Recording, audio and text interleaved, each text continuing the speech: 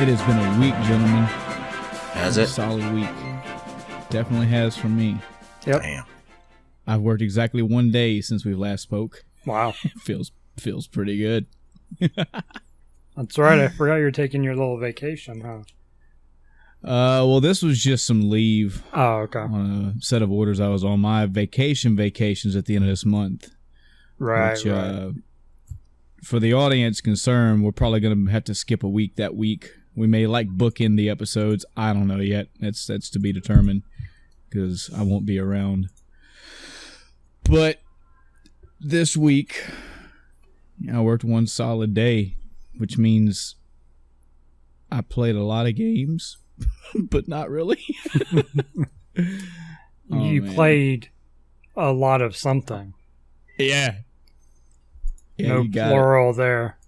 There is no plural. I mean, not even like was in the tub and brought my DS, or was on the road and brought my DS, or let's try this Steam game that I bought on sale. No. I've seen you. I've had my heart captured by a phantom thief again, so there I sit. Damn. Inside. Hello everyone, and welcome to the end of time. I'm Michael. I'm Chris. And I'm Adam. Man, boys, let's get straight to anything besides the week and the topic first. Well, actually, from last week, from either one of you, I don't think there were any. Nope. Might have been another case of I thought of stuff either during or after and didn't write it down. So, but I'm gonna just go ahead and say no. Everything was perfect as always. Newsworthy? I don't know. I actually haven't been following much news stuff. I actually heard one thing that might be newsworthy. Apparently, the city of Chicago has a entertainment tax. And what? This week, or in the coming week, only the PlayStation 4 store is going to begin enforcing it. It's not gonna happen for Steam. It's not gonna happen for Xbox. Apparently, the city of Chicago worked something out with PlayStation to get a 10% tax put on anything you buy on the PlayStation store. So that's an extra, just tack $5 or $6 onto your game. Yeah, no thanks. I'm good. Apparently, they're not the only people that have done that, too. They've been trying to push this whole internet sales tax thing for a while. And the source I was looking at described it as a couple of different states, and the city of New York also does something similar. So, if anybody out there has experience with that, I'd love to hear about it.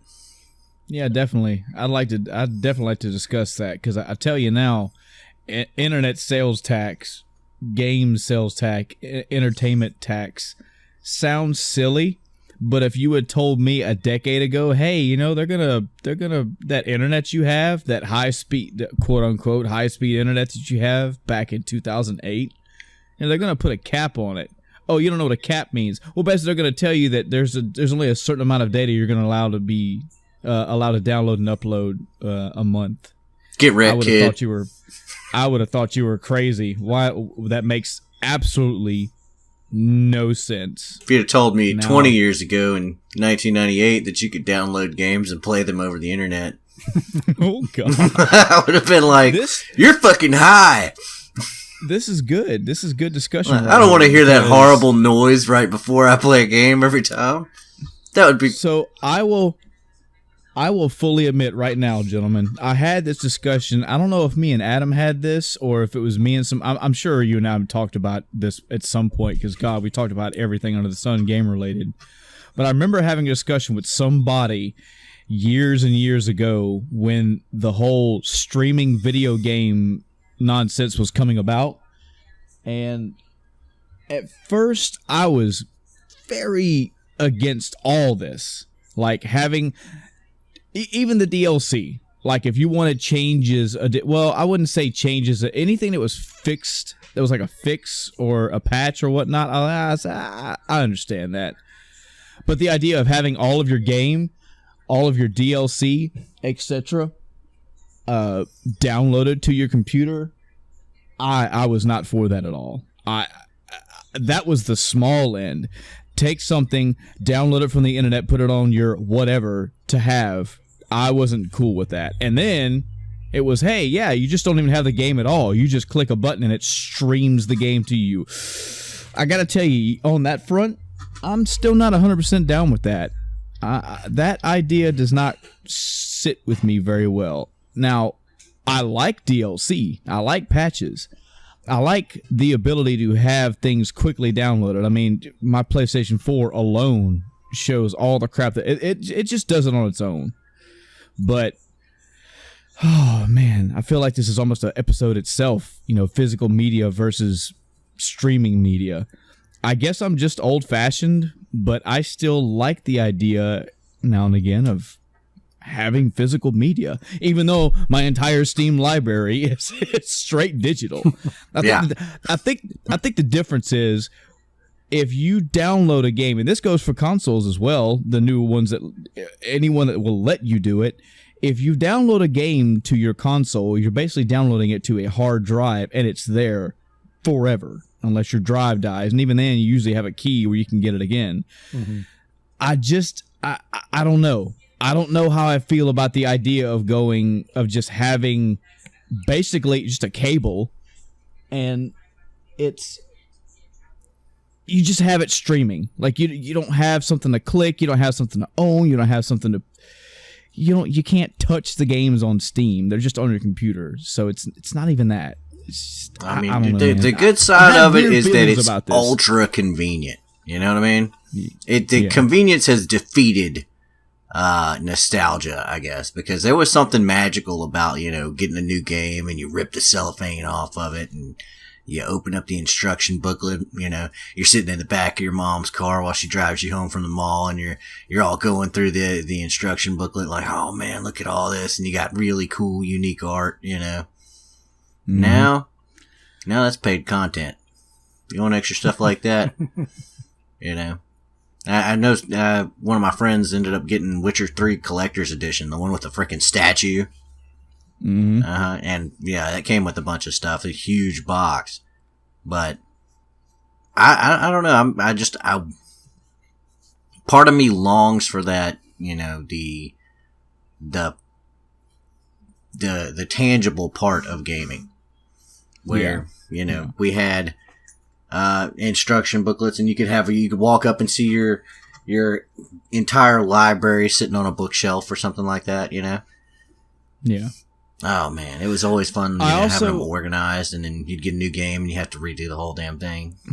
Right.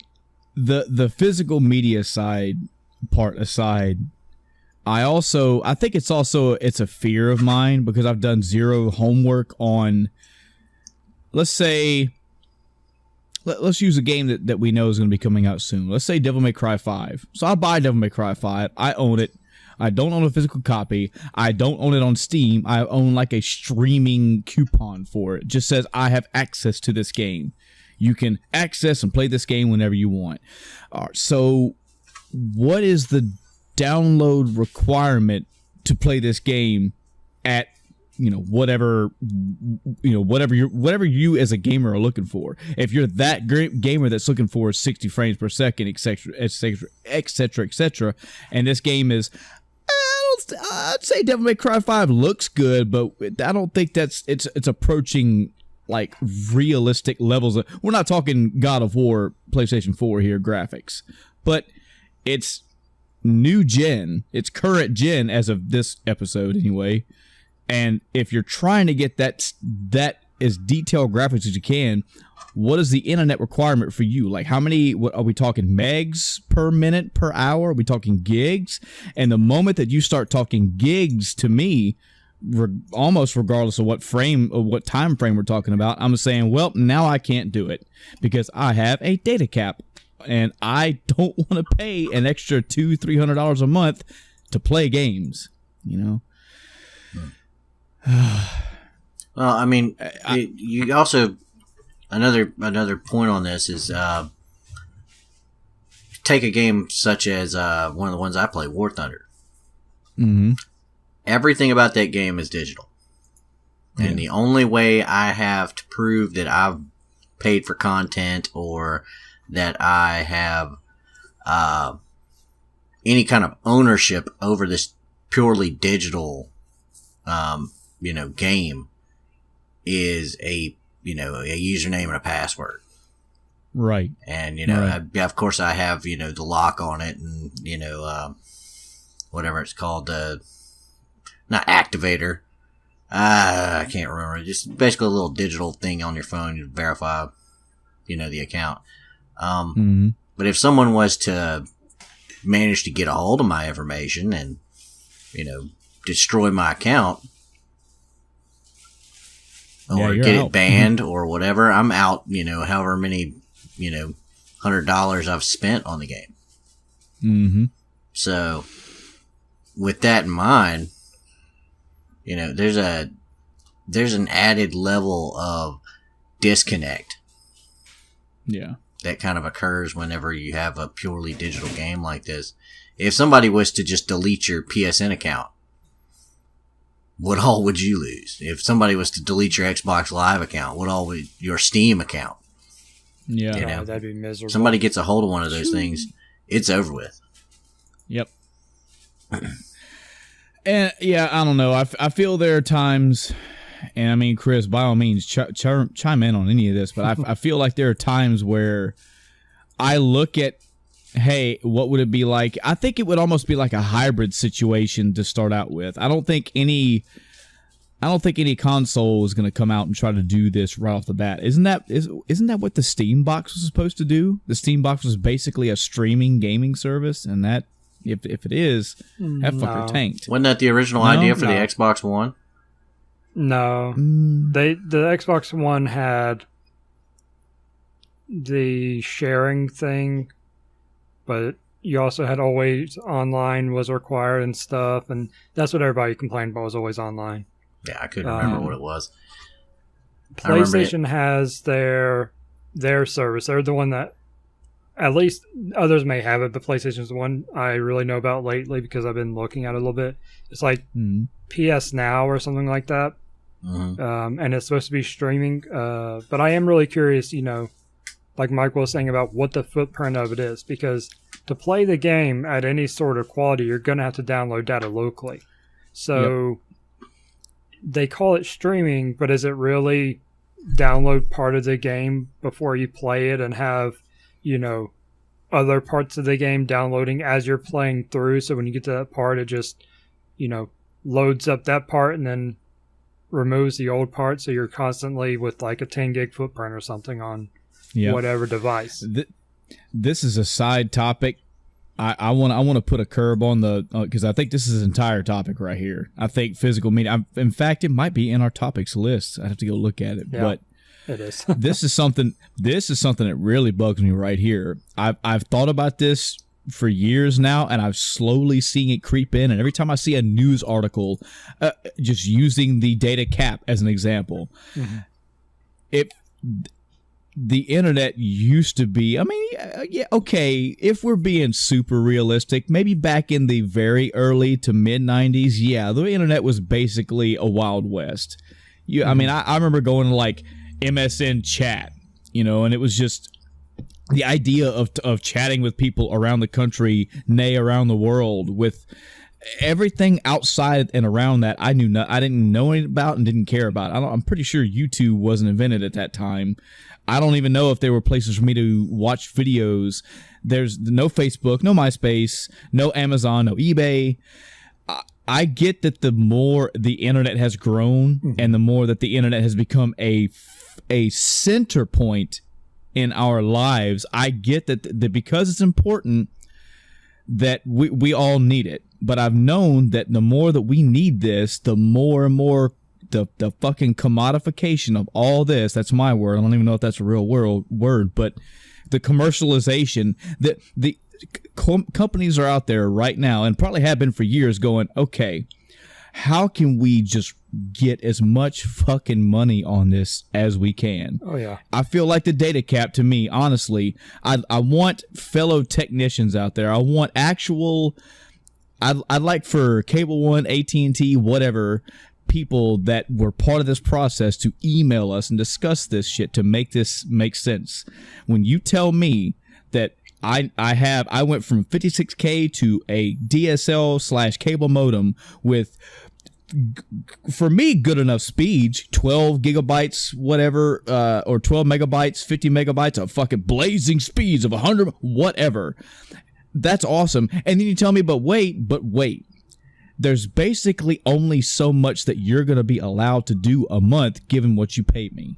That reeks of commercialization, and I fucking hate it. And the more and more I watch the news on the internet side, I see more and more things like what Adam was talking about with the entertainment tax. Well, how else can we milk this, guys?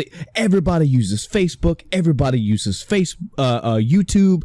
Everybody uses. There's so many platforms out there that people just they click and touch and click, and there's free apps and there's how is there a way that we can tax somebody for using their clock app on their cell phone, because everybody has one. And everybody uses one, and we need to get. Why aren't we making money off of this? I can't wait until the day where your PC has a quarter slot on the side, so you can put in your 50 cents to make your Facebook post. You joke, but that is a broad over exaggeration of what I know is coming. Like, they're gonna find a way. They're finding ways to get inside your internet, your computer situation, and piece by piece make as much money as you can. This is what I understood. What was that big movement, guys, a year or so ago, maybe even this year, where net neutrality? Yes. So I didn't know a lot about that, and please write in and correct me and let me know all the 100% facts that you know about this audience, because I'd love to know more. I got scared about what I was reading and backed the fuck away from it. It seemed like the idea was, hey, we can charge people so much to use Facebook and YouTube and this and that. And like, you basically go places, we can charge you piece by piece, or we can run the internet. This is the big takeaway that I understood. We will run the internet kind of like how cable runs theirs, or satellite. You just pay for a chunk, and this chunk will let you access these various websites and these various playgrounds. Fuck. Yeah, that was one side of the argument. Yeah, I mean, and then there was the side that said, okay, well, if we don't do this one thing, then they could theoretically do what you were talking about. And then there was the other side that said, well, we just don't want the FCC regulating the internet. And I don't know if there's a happy medium. What the gist of it was the priority data. You know, Facebook got priority over YouTube for this provider. And that was the core of it. And then basically, if I'm remembering correctly, anything beyond that was, you know, the consequences people foresaw, you know, thinking, it was all they speculation prioritize, well, now they're going to change prices and start charging for using sites, or, you know, being able to use YouTube or something like that that's high bandwidth. You want to use YouTube? Well, you're going to get slow speeds unless you pay us. Well, that wasn't outright said. That's just a fear people had. So, right. And absolutely agree, you know, it shouldn't be a thing. I'm clearly on board with that, but the fear mongering kind of needs to step back. You know, you had one group of people on one side saying, you know, that stuff about, okay, well, they're going to start charging you if you go to YouTube, but you're on this internet provider or whatever, or slowing your bandwidth down to nothing. And then you had the other people on the other side say, well, the FCC is going to step in and do exactly what they did with television, and like, okay, well, now you can't go to Pornhub if you're in this region because they have control of this. And it turned political, and then it got toxic real fast. Yeah. I think I can see both sides. I can see I don't want that much hammer down fist, you know, but at the same time, I don't want... it's so fucking nice using the internet when I can just, I could just click, and I'm mouse clicks away from doing so much. as a convenience to life, as an intelligence seeker in life, as a entertainment seeker in life. There's just so much to offer in the internet. And when these slow black tendrils start wrapping their way around, and at the end of the tendrils, it's up, man, how much money can I get out of you? That, it aggravates me. It ruins it. It ruined the fucking movie industry. It's still ruining the movie industry. And slowly but surely, it's working its way into the gaming industry as well. Yeah. Just how much money can we just suck out of this? And one day you're going to be telling your grandkids, you're going to be your grandkids sitting on your knee, and you're like, listen here, Sonny, I remember back when you could go on whatever website you wanted to. This has been a story from Grandpa, brought to you by Campbell Soup. The best soup in the world. Okay, so when I was in school, when I didn't have cable, and then my parents upgraded to cable, but they didn't get the kind of cable that had HBO and Cinemax and Showtime, and hearing all the people around you being like, oh yeah, there's this new TV show on these other channels that you don't have access to. I was like, oh man, that's what our kids are going to be like for the internet. Oh, your dad can go on YouTube? YouTube? What? Dude, man, I've heard of Facebook, but hell no, my dad doesn't make that kind of money. Kind of money. Oh, you got that Facebook money. No, there'd be rap songs coming about. I got that Facebook money. Sega my internet got dads, all the websites. Sega Channel dads to YouTube dads. Oh god, yeah, get wrecked, son. I want you all to imagine something right now. Okay. Think about our listeners. Consider that it's the year 2018. How many of our listeners never experienced the time before YouTube? Yeah. True. Wow. True. I feel fucking old now. Thanks. Yeah. No doubt, man. That is. I was just talking to some coworkers. It was yesterday. It was one day I was at work this week. Get wrecked. I don't even know. It was like it wasn't a conversation that led into gaming. I don't know how we even got into it, but one of my basically my trainees was like, "Oh yeah, my very first console was an N64." I was like, "Oh man, that's third, fourth. That's it was like a couple generations old by the time I got it. That's fifth generation console right there." And the other guy was like, "Yeah, I'd heard about Super Nintendos, but yeah, 64 was my first." And I was like, "Oh." He's like, "What about you?" And I was like, "Man, honestly, Atari 2600." They're like, "There's no way you're that old." I'm like, "Motherfucker, I am not that old." Said every old person ever. Man, look, the Atari came out in fucking, what was it, Chris? 82, I think we found out. Or actually, that might have been you, Adam. I don't remember. It's fucking old. Sometime in the mid to early 80s, the Atari 2600 came out. And when I got one, I was like 87, 88 when I got a 2600. And also, when I had the Atari, I was still in that real young kid phase where, like, I still went out and did shit and then came in and played Atari now and again. You were playing Missile Command on that thing at MIT, weren't you? Sure. Back in the 60s. No. I was not on the first generation of consoles, the Pongs and all that shit. No. But when I got my Nintendo Entertainment System, that's when the brakes came off. That was when I was like, come on, my first fucking Nintendo had 7 games with it. One of my first RPGs was Final Fantasy. I think Final Fantasy was the dive for me. I mean, I really enjoyed playing like Double Dragon 2 and Mega Man 4 and all the games that I got with my but the day that I got Final Fantasy, I was like, yeah, this is it. If you're not old enough to remember the telltale sign of whether or not somebody had a Nintendo being that orange gun being laying around somewhere close to the TV. Yeah, that's the first thing I checked for as a kid. Go over to somebody's house and be like, "You have a Nintendo," and they'd be like, "Yes, I do. Here you go." And I'd be like, "Yes," and they'd be like, "Yes," because I'm the fuck out of their hair for the rest of the day. So that was my I realize I'm getting older moment. Is that I tell people my first console was Nintendo, but it really was an Atari. And they were like, oh, well, I mean, even when I had the 64, that was kind of a oh my God. That was like our family console. We had that and like Mario Kart and GoldenEye, and it was just when my friends came over and all that. Now, when I got my PlayStation 2, I was all in. I'm like, oh God. So the PlayStation 2 was your first console. Yeah, man. Yeah. I was, yeah. Feels bad, it's realization. Man. Feels bad. It's realization. They joined in the CD generation.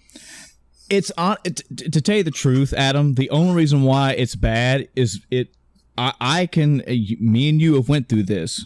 I went back and tried to play The Witcher 1 and just could not do it. Now you didn't grow up with The Witcher. I'm not saying that, but that was you either liked the Witcher franchise enough to play that game, or you started with that one and you liked it. But when I played Witcher 3 and then tried to go back to Witcher 1, I just couldn't do it. And I'm thinking in my head, okay, so what I'm hearing from those people is that they can't go back and play 64 games because they're old. They can't go back and play PlayStation games because they're old. They're gonna pop in Siphon Filter and go, no. They're gonna pop in Metal Gear Solid and go, it's just blocky and I just can't do it. The graphics are so old. I'm like, stop. Yeah, I can go back and play Final Fantasy 6 right now and be blown away. It's one of those things. If you look at Final Fantasy 7, it is fucking atrociously badly fucking. I mean, it is horrible. Even it was such a mixed bag of like quality too, because you had like the standard quality where everything was just giant fucking triangles, and then you had like this medium blend, like the cutscene where Cloud like falls into the live stream. Spoilers: he falls in the fucking live stream. You bastard. So also Aristodes. Damn, dude. Semi-topical. I'll let that slide, but you watch that shit. But yeah, you remember how that was like a buffed up version of the normal graphics? Yeah. And then they had like the movie quality one where everybody was like fucking proportionate. Yeah. Yep. What the fuck were they doing? They were just high while they were making that game, man. There's like a middle ground here that we're never going to actually know, and I don't think we'll ever be able to like put numbers to and actually put math around.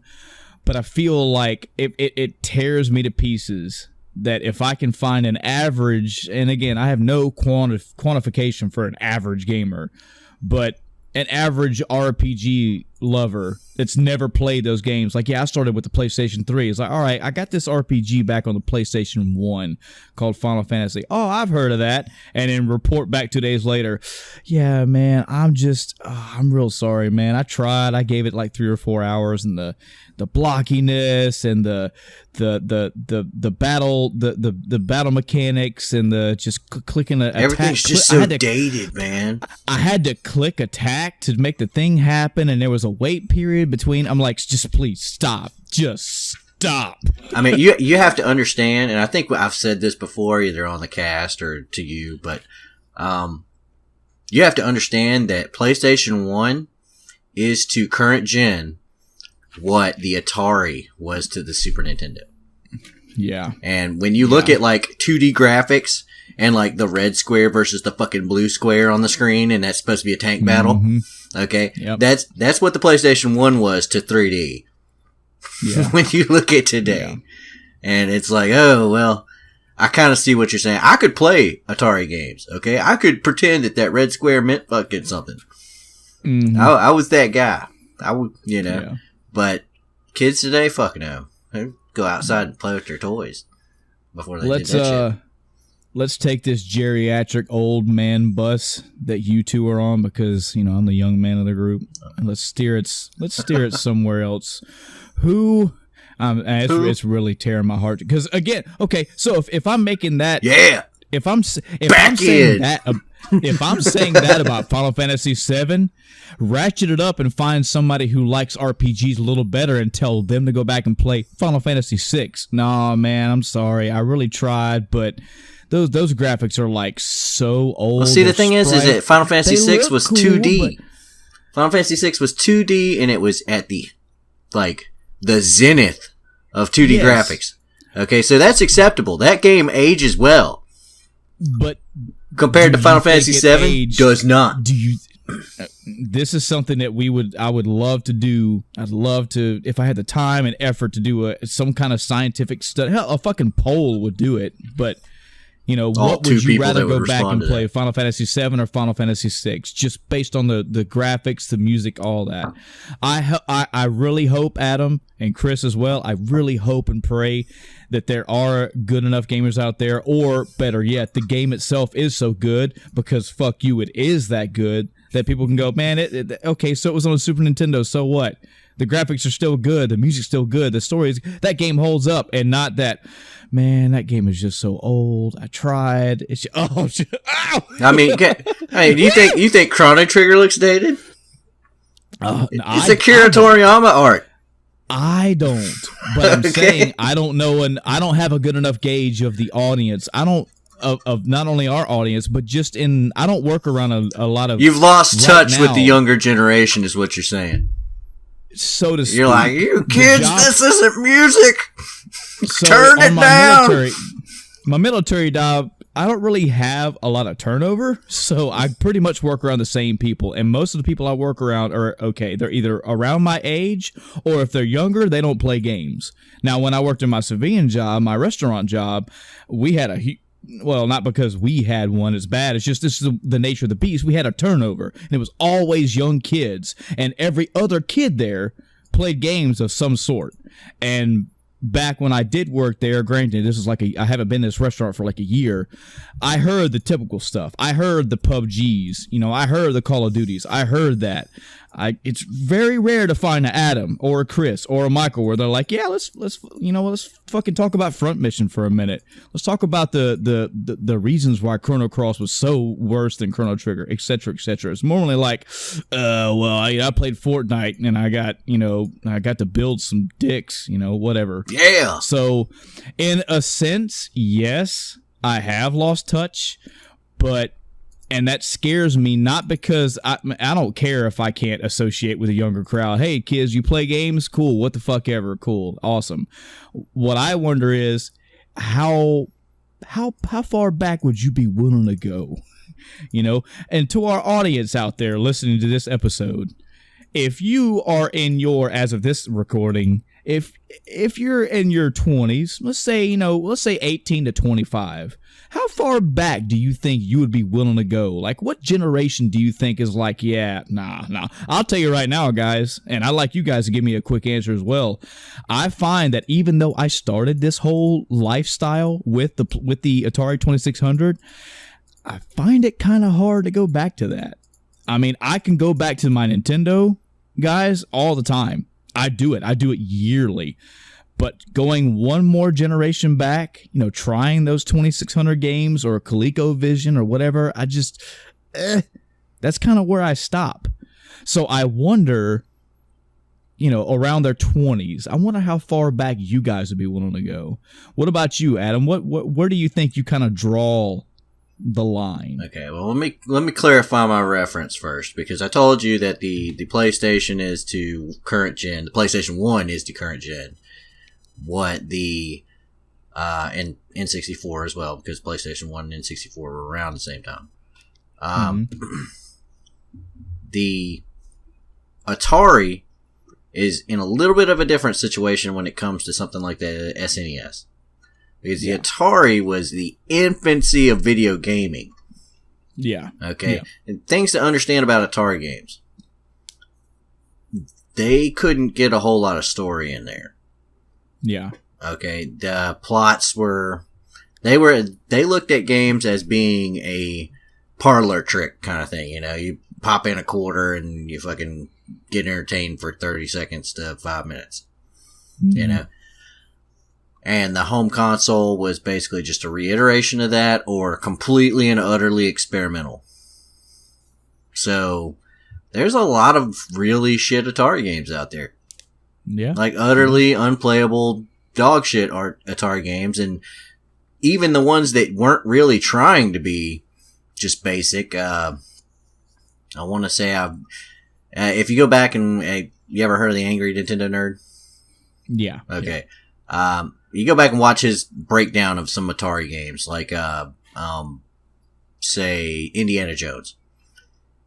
You could kind of see that they were trying to make a real game. Yeah. You know? Yeah. They had puzzles and they had little hidden secrets, but they just didn't have the toolkit to do it. Yeah. You know, it was an impossible task. So, yeah, there was a clear jump in technology when it goes from the Atari. So, I mean, I feel what you're saying. I could get down on some Galaga right the fuck now.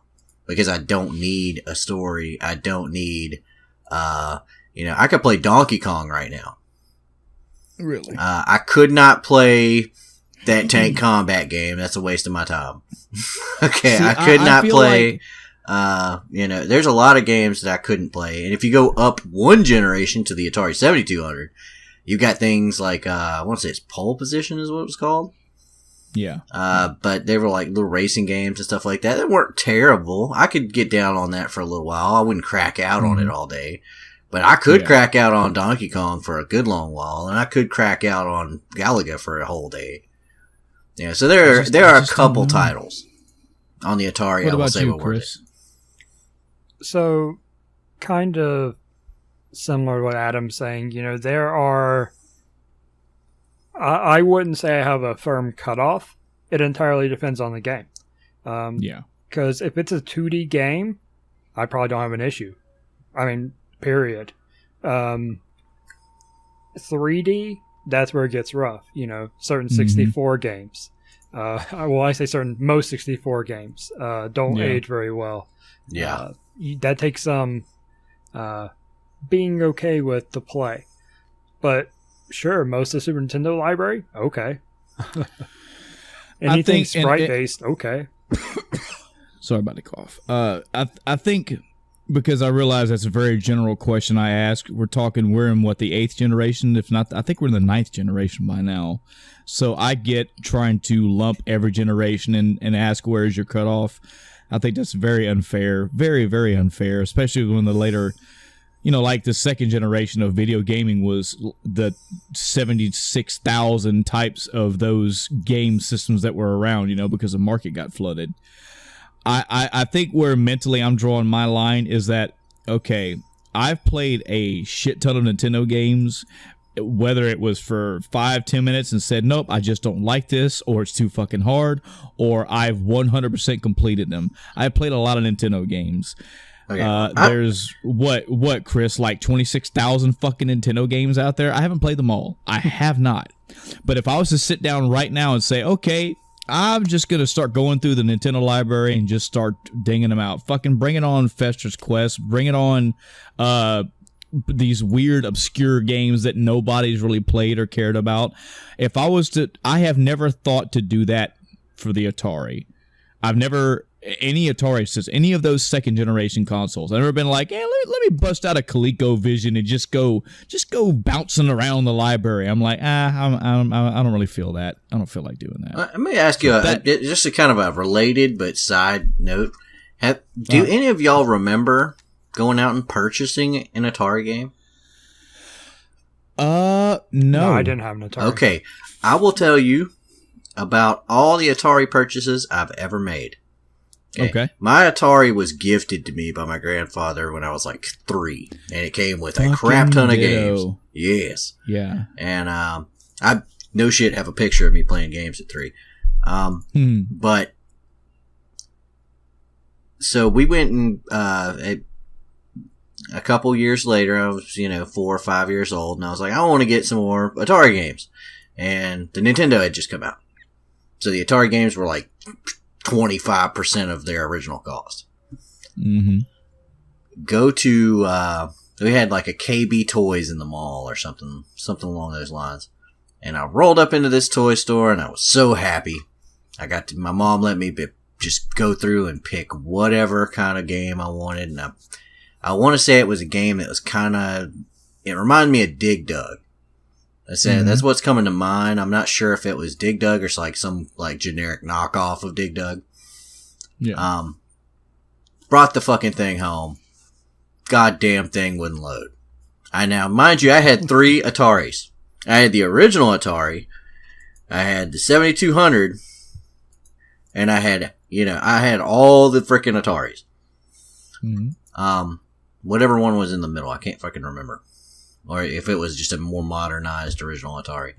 But it would not work on any of them.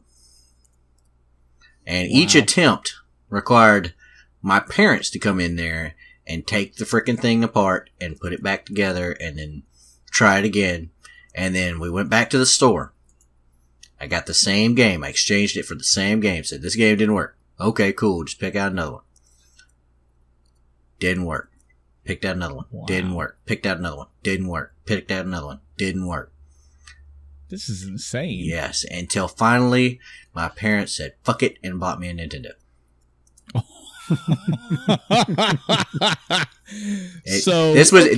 This story started in like July, and at Christmas I got a Nintendo. Wow. The game was never the game, and I switched the game. It went from being like I got the same copy of the same game like the first 3 or 4 times, and it switched over to a different game. And the thing is, my grandmother worked at this mall, so we were there picking her up from work every single day. So every single day, there was another like attempt, and this was a huge wall of Atari games. Wow. Yeah. That's something I never ever thought about. Actually, that's another generation definition / okay, Nintendo, I'm all in. When I as well was gifted an Atari. I was gifted my Atari 2600, and it was she paid our grandmother, Chris and I, Mimi. She paid $20 at a pawn shop that was right up the road from where we lived at the time. It came with like 3 joysticks, 2 of those tennis paddles, some other joystick or whatnot, a couple other controllers, I just forget what they were, and 20 Atari games. But that was it for my Atari. I don't remember if I was in school. I think I was in school whenever this happened, but I was not yet in the mode of trading games or whatnot. Of course, I had no money. I had no way to get games on my own. And I just had those, and that was it. When my Nintendo came into play, though, that's when it was, one, I could rent Nintendo games from a local store as well, a local convenience store, like a gas station almost. I traded games with people at school. I swapped, borrowed games with people at school. Whole different ball game in my mind when it comes to Nintendo. But Atari, yeah, I don't have that. Oh, man, can y'all take me to fucking Kmart so I can buy the new Phoenix Atari game? I don't have that. It was, no, I want to go somewhere and buy Double Dragon 3. Thank God I didn't do that. Oh, man. Good fucking banner, gentlemen. Let's roll into weeks. I'll go ahead and get mine out of the way, guys, if you don't mind. Mine's going to be short anyway. Mm-hmm. I'm going to try my best to just do a flash style of the movies I watched these past few days. I have watched quite a few movies. I'm just going to run down these real quick, and I'm going to give quick, brief descriptions on whether I like it or not, and that's as quick as we're going to go with that. This movie, Apostle, was if I remember right, it was kind of like a cultish style situation. There was like a witch involved, and this convent of people were basically using this witch for their own gain. It was pretty good. Kind of a one-time watch. I've heard a lot of people say great things about this movie. It was supposed to be very intense, and I mean, it was okay. Probably could recommend it. Being John Malkovich, good lord, this is an old movie, I know. Got recommended several times in my life. I figured I'd try it. It was a what the hell watch. I watched it one time. I've now watched it. I'll move on with life. Brawl in Cell Block 99. Audience, and you too as well, hear me on this. This is a damn good fucking movie. This movie was a random movie. I forget how I even heard about it. I'm pretty sure it was either CinemaSins or the Wisecrack podcast, one of those two. I really should pull this up right now and get the main actor. Matter of fact, I'm going to do that while I'm talking about it. So, really quick, it's basically as the title would kind of hint at. There's a guy basically goes to jail, and there's some shit that goes down in the jail. The takeaway from the movie for me is that the character that plays the main guy, he's been in several movies, but it's not a role that I have ever seen this guy in, and it's just many, many ways outside of the wheelhouse. Vince Vaughn is the main guy in this. He is not jokey, witty Vince Vaughn at all. If you physically know about, or if you know the physicality of Vince Vaughn, apparently in real life he's like 6'2", 6'3", like 200 plus pounds. He looks like he's kind of flubby, but apparently he's pretty big. They use that in this movie.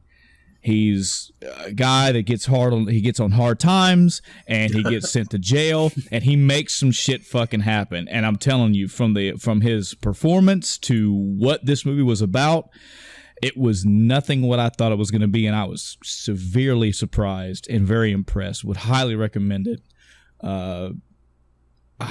There's so many things I want to tell all of y'all, because there are going to be scenes in here that are going to surprise the fuck out of you. That was one of the things that kind of got me is, what was it? Breaking Bad. The director of that, he said that he liked to use comedians as actors. Yeah. Yes. And that was something I was really surprised to learn, is that if you're a comedian, it's really easy for you to be an actor, I guess. Like, their roles come off a lot more genuine than your average person, because there is that touch of like cynicism, I guess, in their portrayals. So yeah, that was it doesn't surprise me. I mean, you can find some even Ryan Reynolds has a couple serious roles that he's gotten into. He does a pretty good job with them. The air that Vince Vaughn gives in this movie, like the personality, he is like a unstoppable fucking beast in this thing. It goes from one thing to the other. He's quiet, reserved, and he is that idea of don't fuck with him. Okay, you fucked with him. Now you're gonna die. They fucking poke fun at this toward the end of the movie. Like, yeah, don't fucking touch him. Don't do anything, because you're gonna get fucked up. That guy got fucked up. You're gonna be like him. Just that's as much as I want to say. If you want a movie where it's got a dark, gritty attitude, and you definitely, if you'd like to see Vince Vaughn completely out of what you know Vince Vaughn as, this movie, Brawl in Cell Block 99, very good.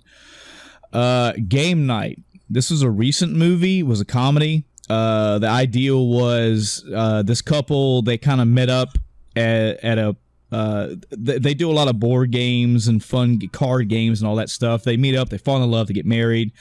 The husband has a brother who's always trying to one-up, or usually always one-ups him in life. He's got like a better car, better house, better career, yada yada yada. The brother comes over one night and says, "Hey, I'm gonna host a game night. Y'all come over and play at my game night." And he's like, "All right, so I've basically staged this kidnapping. Okay, so they're gonna come in and they're gonna rough us up and just play along. It's gonna be really fun." And it shit turns south real bad. The whole entire movie is a fucking comedy, and it hits, I'd say, every other joke, every other haha moment in this movie hit for me. I avoided this movie often because, I don't know, just newer comedies seem to be very, very hit or miss for me. It's usually them trying to poke fun at obvious shit, and it's degenerate. I don't really care. This movie, it got me laughing out loud on several occasions. Even sometimes when I knew the jokes that were coming, they still got me laughing. That's good. So, good movie, Game Night. Ghost Stories. I want to say this is a British movie. I forget the nationality or of origin, but it's 3 separate stories. Like so there's a guy. It's that typical kind of story where he's like, hey, I go to places and I figure out why these things aren't real. They say that this house is haunted, but it's not. Here's a list of what it is. He's that guy. Well, there's a really famous guy just like that calls him and says, hey, I've got some shit I want you to check out. I'm going mad. Why don't you check these out and tell me if I'm right or wrong? And it's 3 separate stories that all tie in together at the end. Didn't see the ending coming. Wraps everything up very well. It's a slight recommend. It didn't blow my socks off, but it's definitely one of those darker, eerie, again, not jump scare horror movies that was pretty good. Goodnight Mom. Holy crap. This is a psychological thriller, so to speak.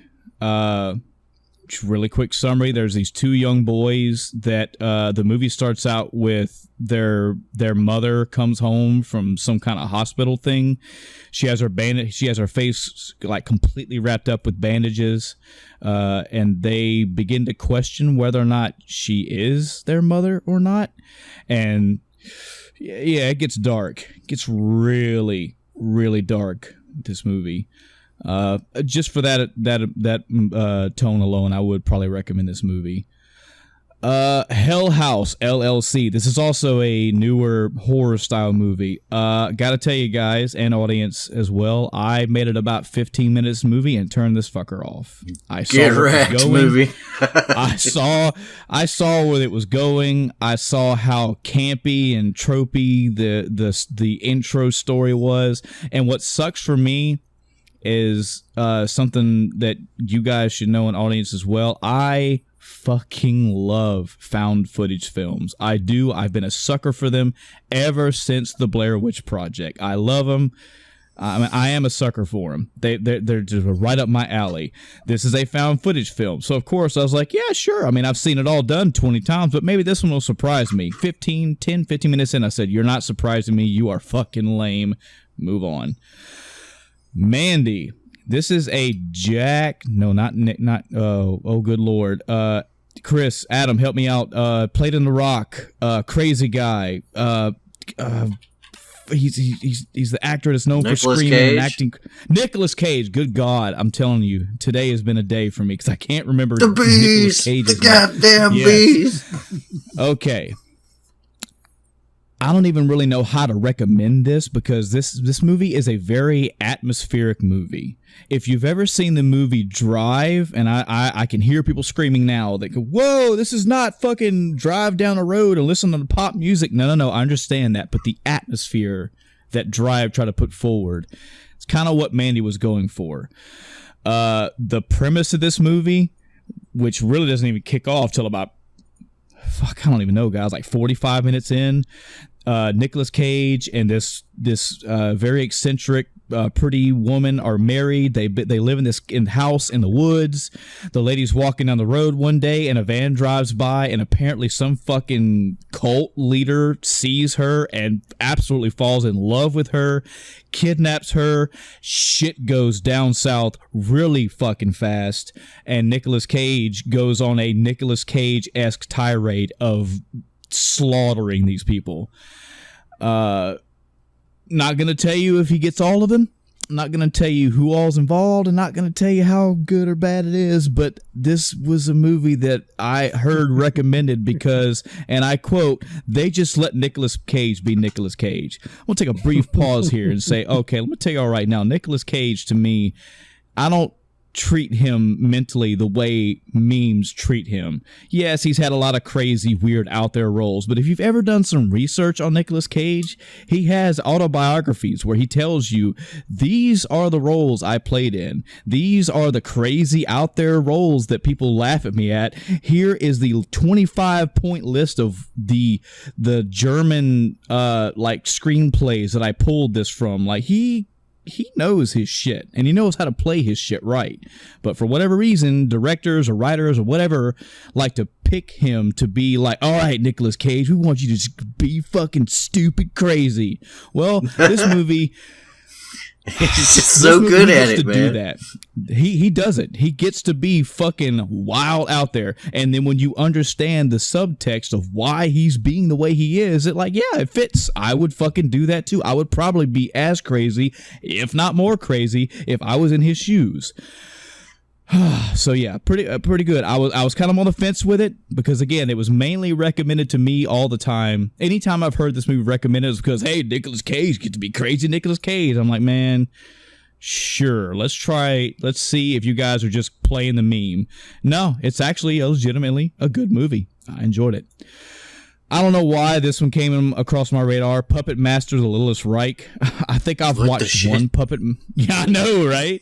I've watched one Puppet Master probably in my lifetime, and that was like maybe in my mom and dad's house as passing by when they were watching it on fucking HBO, maybe in the early 90s. So I don't have any of all the 80s, 90s slasher horror whatever picks. This is one that I don't have a lot of vest into. I have more vestment in Hellraiser than Puppet Master.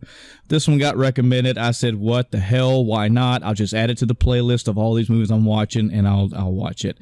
It was entertaining. It was a Puppet Master movie from what I understand. It pays a lot of homage and tribute to the old from the ones in the past. Gory as absolute fuck. It's very Fangoria. I think Fangoria was the company that like funded all this. So, I mean, if you're up for some gory puppet killing machines, and this is pretty cool. As a prophetic horror movie of all time, no, this is just that fucking silly horror entertainment. The Domestics. This was I want to say it's a post-apocalyptic style story. That's kind of all you need to know because they usually all work that way. They run across it's a couple so they were in the middle of a divorce or going through a divorce. We're talking like maybe a week or two fresh of after the official I want to divorce you, and the apocalypse thing happened. And they have managed to stay together mainly because, well, you know, he loves her and she wants protection and he cares for her for probably a good 2 or 3 years. And that kind of sets the stage of these two people. They're basically trying to get from point A to point B. They meet different people. They're all kind of like cults and clans of people out there that like they band together. Like they have one group called the Gamblers. They all have like actual genuine animals have been killed. They've cut their heads off and put them on their head, like a wolf head, a deer head. And if they catch you, they have like this wheel. They'll spin the fucking wheel, and depending on what'll land, it depends on what's going to happen to you. You can be let free. You can get shot. You can get burned alive. Bonus spin. Have all your shit taken. Yeah, bonus spin. All that shit. So you don't see that a whole lot in the movie, though. The movie's not gimmicky like that. Like, let's see what next group they're going to get involved. It's more the typical post-apocalyptic. I imagine this masked cult leader comes out with a microphone and he's standing next to the wheel. Let's see what he gets. Kinda. Wow. Like they actually have a scene. They have one scene where they get captured and they get forced down to this basement area, and there's a table with 2 poles on it and gloves. The gloves have their fingers inside triggers of pistols. And they tie one of their hands to the chair with a zip tie. They take their other hand and shove it in the glove and then drill their hand to the post and force them to play Russian roulette. Mind you, this is pretty much a wife and a husband doing this. And it's like, we'll give you, 8 spins if you can, and we'll spin the fucking cylinder 8 times. And if y'all can manage to not shoot each other, we'll let you go. And just shit like Turns out all the chambers are loaded. Yeah. Pretty good movie. I mean, it's post-apocalyptic. It's got some of the typical scenarios that are going to come around. It's not the greatest post-apocalyptic film out there, but it was entertaining enough, I suppose. The Killer Inside Me. Holy crap! This was. I can't believe I'm forgetting these actors' names. I'm so sorry. I'm dropping the ball right here. What other movies was it in? I'm just gonna look it up. He's one of the brothers. Jesus. Casey Affleck. Sorry. Oh God. I've been on a Casey Affleck kick recently. I mean, you say that, but there's a lot of good movies, and I've grown fond of him over the years. He's pretty good in almost everything I've seen him in.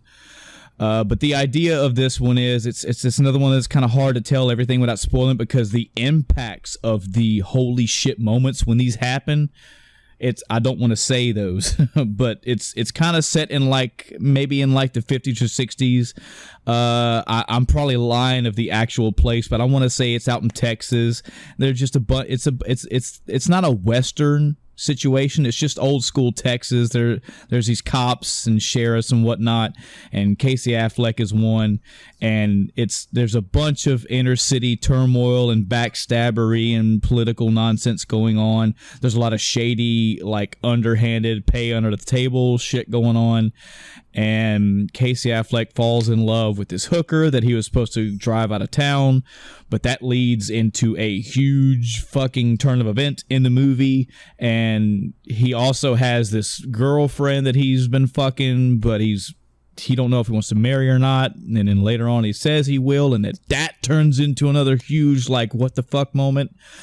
The title is called The Killer Inside Me, and that happens quite often in this movie. Lots of twists, lots of turns. You gotta follow it close to keep up with it, but oh man, there are just gut punching moments in this movie. And again, just for Casey Affleck, man, I'm a big fan.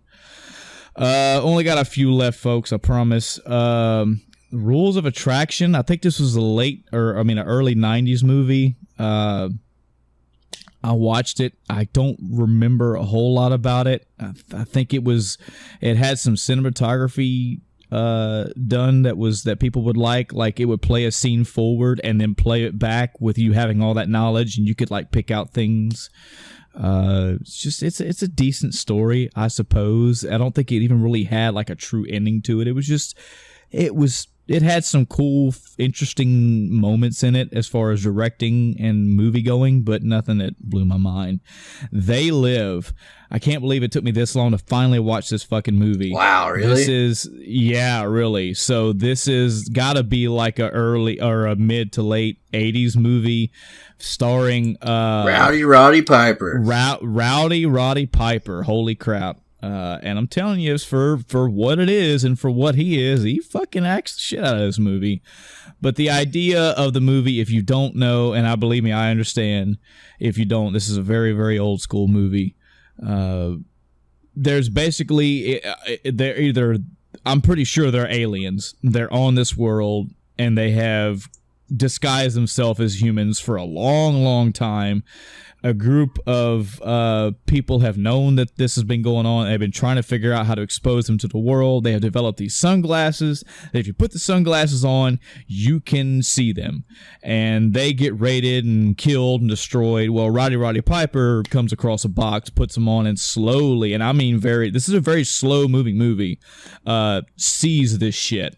And it's also the way that these aliens have terraformed the world, and it's also the psychological stuff, how signs that he will see, it will show the signs of billboards, what they actually mean. It's all consume and obey and yada yada yada.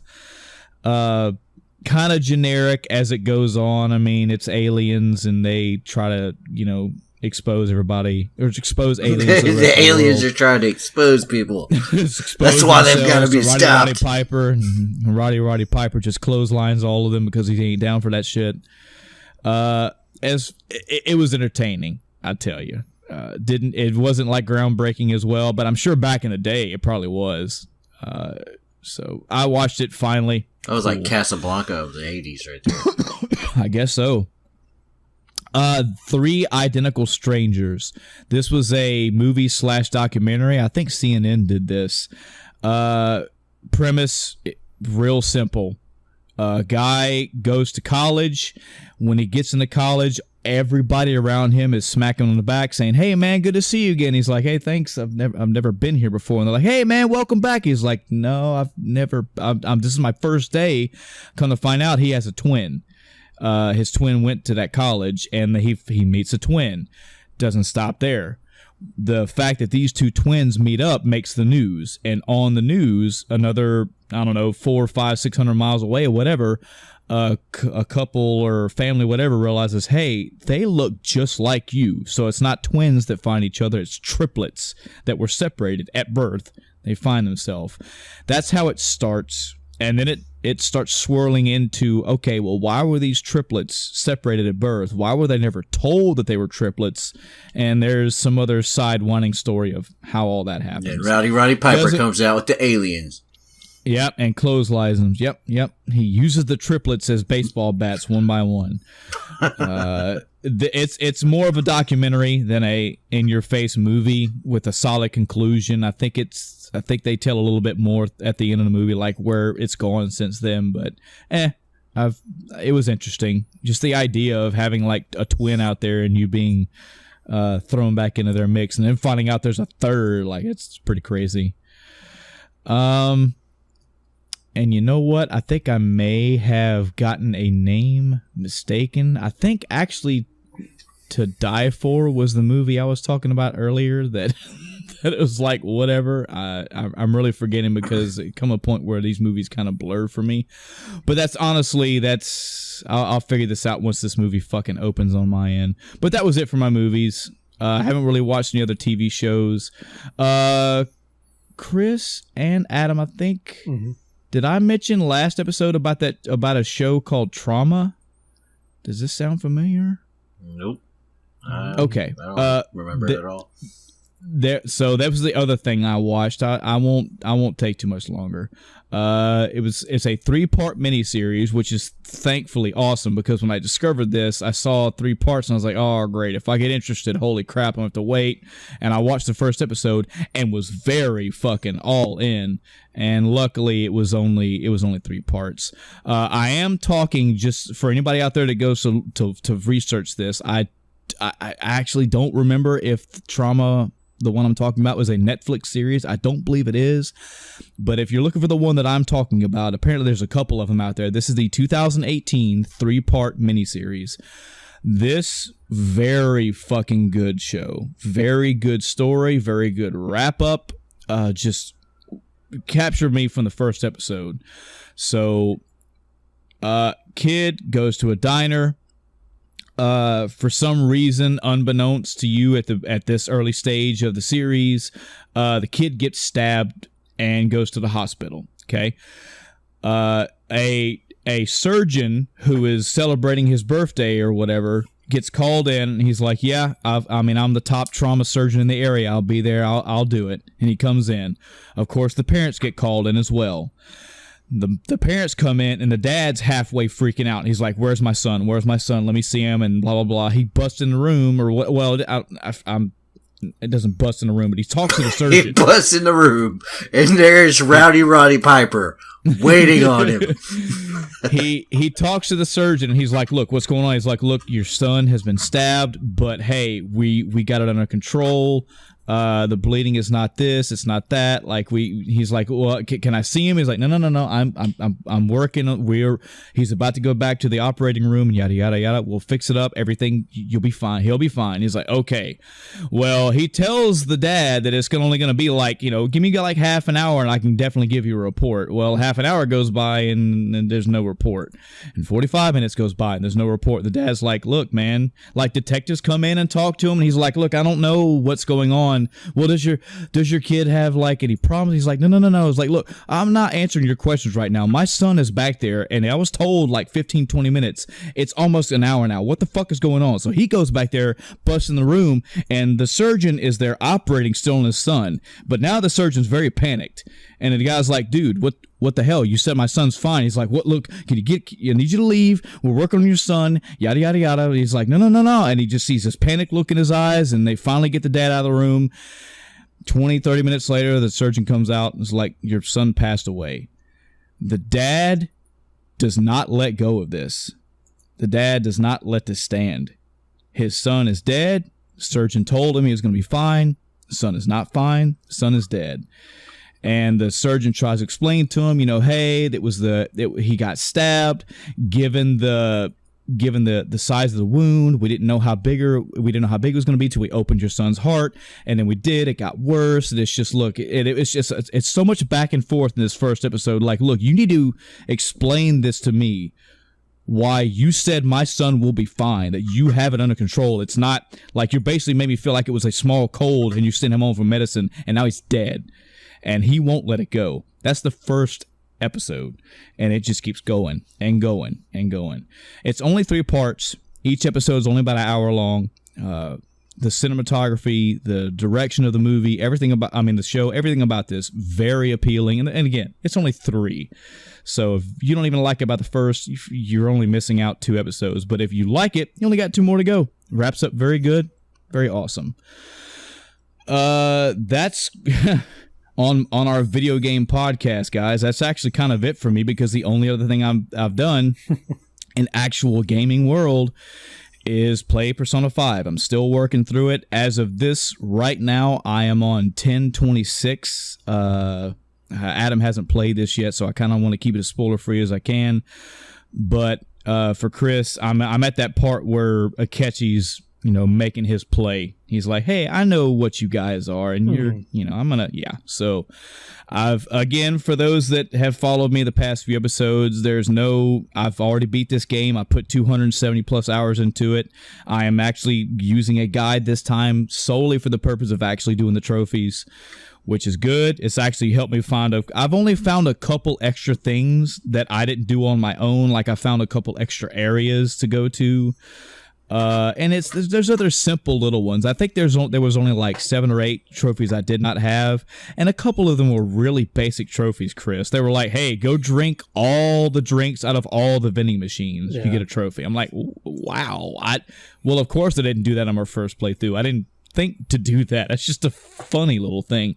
But then it also goes to the extreme ones where it's like, hey, you need to basically create one of these ultimate personas, which is a late game thing to do.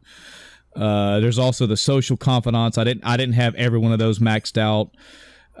So yeah, I'm working my way through it. I'm still enjoying it. I'm plowing through it. I'm barely approaching my first 100 hours through, and again, I'm already damn near through with October. So let me ask you this question: Is this game one of those games where you can accidentally 100% it, or do you have to go into a playthrough with the mindset that you are going to 100% this game? You know what? Chris, you platinumed this on your first run through, right? No, I did on New Game Plus. I finished it up.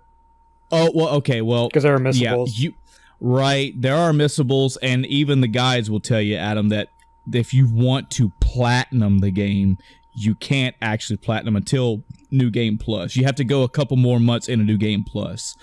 I went through only one game. I am just now going through New Game Plus with the sole purpose of getting platinum. But going through the game 270 hours without a guide, without knowing how to get... I didn't even go into the trophies list and see what I needed to do. And I got every trophy but like 7 or 8.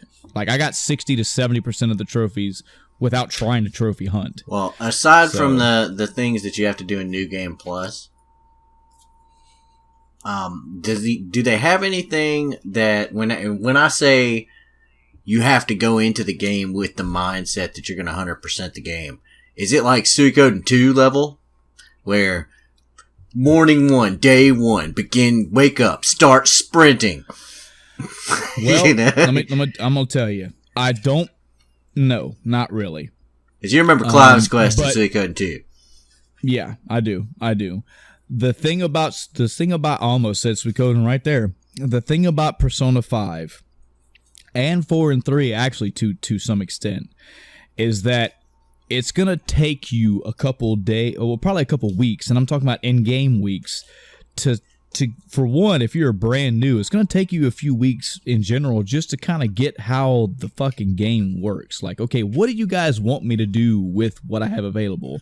Oh, so my time in the day of the game is allotted. Okay, so there's only, and then now, so now there's only certain things that I can do during the morning time, during the evening time, during the night time. Okay, what am I allowed? So eventually you're going to get a pattern. Okay, I know that I can only talk to this girl at night. I can only do this activity during the day. I'm only allowed to do this on Monday, Wednesdays, Fridays. Mm-hmm. You're going to understand that. And I'm telling you, with you as sharp as you are, because especially if I did it, you're going to get really quick, you're going to get the pattern of, okay, I could just sit down with a pad and write down, okay, Monday, do this thing.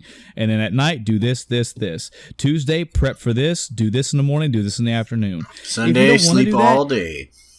Yeah, if you don't want to do that, there are guys out there that will step you all the way through. But what I'm noticing is that even if using the guide, I didn't use a guide my first playthrough, and I got so much of that shit on my own.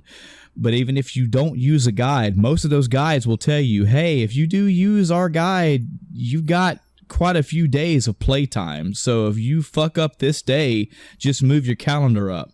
And mentally, if you don't do the right thing 4 days in a row, that's okay. In the grand scheme of things, you got like 2 weeks worth of playtime. It's okay. You can fuck things up. Yeah. That also lets you know that if you're casually going through this game, you don't have to do everything perfect. There's no perfection. I did perfection because I was getting the pattern down. I was like, okay, I know Monday's coming up. This thing's going to be available. This person's going to be available. That's not going to be available. I know when I wake up tomorrow, I'm going to plan to do this.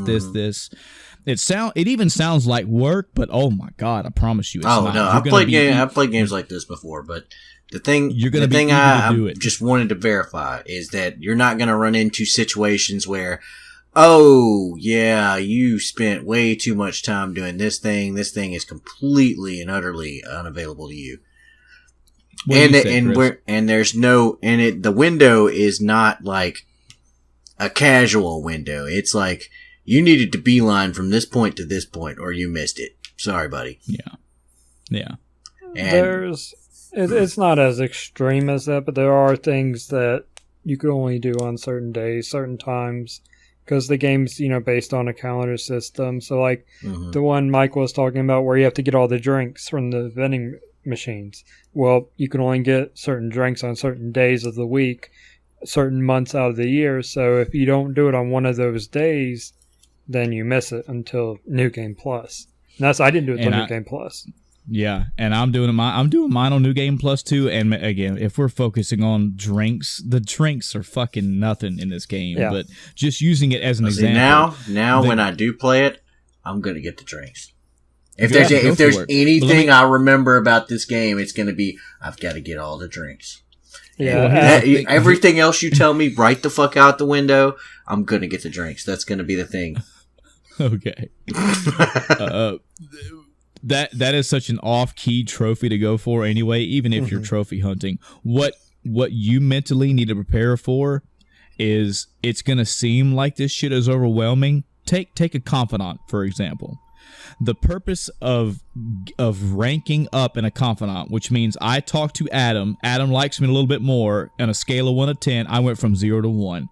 I talked to him again. I went from 1 to 2. I talked to him again. We just hung out. We stayed at 2. We talked again. We went from 2 to 3. The purpose in personas of doing that is that whenever you are linked to a persona type. You're linked to a tower type or a sun type or a devil type or whatever. Every persona that I have of that style, they get experience boosts. The more friendlier I am with you because you're a devil persona user, the more experience my devil personas are going to get, the more powerful and faster they're going to be that powerful. Huh. If you're looking at how these people rank up, it seems like it's small because you have to go from rank nothing to rank 10. And you may talk to them one time and they may not rank up. It's just like, cool, thanks for hanging out with me. You talk to them again, they rank up. And you're like, well, that's going to go fast. But even if it doesn't go fast, the game starts the calendar year, I think of like 4/15, so like April 15th. And the game time goes all the way to like December 31st or January 15th or something. So you just have to plan mentally at a minimum 10 solid days to talk to this person or 10 solid days to hang out with it. The obstacles that come in are, 1, are they available to even talk to? 2, is this going to be something where we're just going to hang out, or is this actually going to level it up? Because if it's not going to level it up, it's just going to move it up a little bit further, and I need another day to hang out with them. Do I have something else that I need to do right now instead of hanging out with that person? Is there another person who I need to rank up before them? So it's just this mental juggling. And I'll tell you right now, Chris, this was something that when I heard about Persona 5, when I heard about Persona period, Adam, this was almost like a Dark Souls night and day thing for me. When people were telling me about Persona 5, I heard whispers. I don't know if, Chris, this is how it was for you, but most of what I heard was, oh, yeah, you're basically like a kid almost in high school, or you're a high school kid, and you got to balance your day. You got to figure out what friends you're going to hang out with, and if you're going to work at a job, or if you're going to do some homework, or if you're going to go to sleep instead, or if you're going to care for a plant. And I was like, why the fuck would I play a game about this sounds like a real life simulator, a high school kid simulator. Pfft, I don't care about this. I hear Adam telling me about how the difficulty of Dark Souls and like, yeah, it's just going to kick your teeth in, and there's obstacles to get by, and there's going to be pretty much unbeatable enemies, and you've got to put hours of time in and learning things. And I'm like, why would I want to do that? And then I played Persona 5. And then I played Dark Souls and went, oh my God. I can't believe you played Persona 5 before Dark Souls. So good. I had almost the same thing happen that Dark Souls did that I did for Persona 5. That's always a good thing. I heard how people were selling the game to me, and I was blowing it off. I don't fucking care to play something. That's why I've never went to play a Persona game right there. I don't want to play a high school, blah, blah, blah, blah, blah, blah. And then played it and went, oh, so this shit matters. All of this matters. All of this links to other things and makes this, it's a big system. And if that turns you off, the story, actually, Chris, the multitude of stories in this game is just so fucking good. You have a main story in Persona 5, and talking to every confidant, they have their own story. We're not talking like a 4-paragraph story. We're talking about multiple lines of story, deep character content and character building for, I want to say, like 25 or 30 different other people. Oh, so good. So good. Well, hopefully they put it out on PC. Yeah, Adam, as a reference from someone that, puts in normal hours on games, it took me 97 hours to beat, and I got 100% at 155 hours.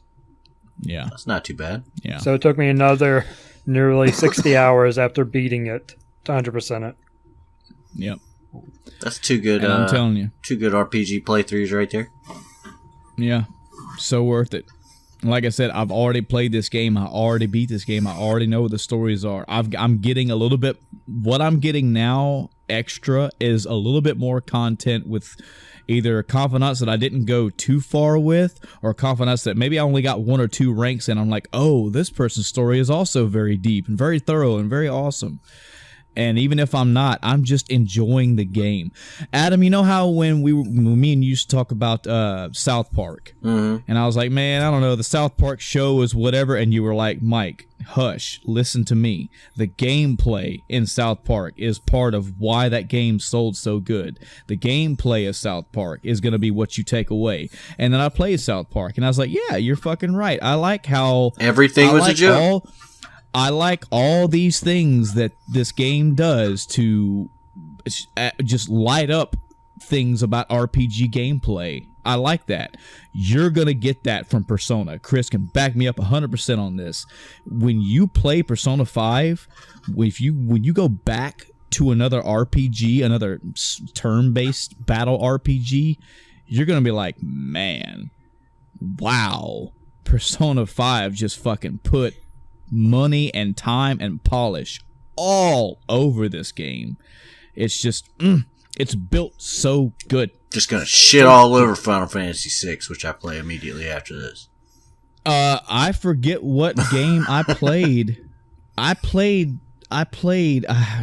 audience is like, yeah, we know you told us this. There was a game that was a turn-based style RPG I played after this, and you know what? It might have been. I think it was Final Fantasy VII, but I think Final Fantasy VII might be a little bit unfair. I've already played Final Fantasy VII a few times. Didn't you play Final Fantasy VIII? I did for a bit. Dropped that shit. Good, but shit gives you cancer.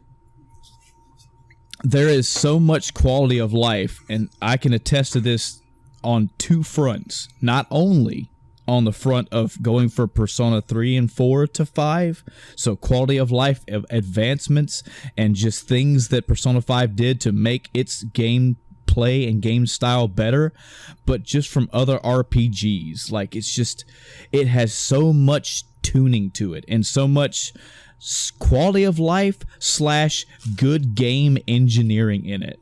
It is a gem. It is a fucking solid gem on this generation of consoles. Oh, I believe you.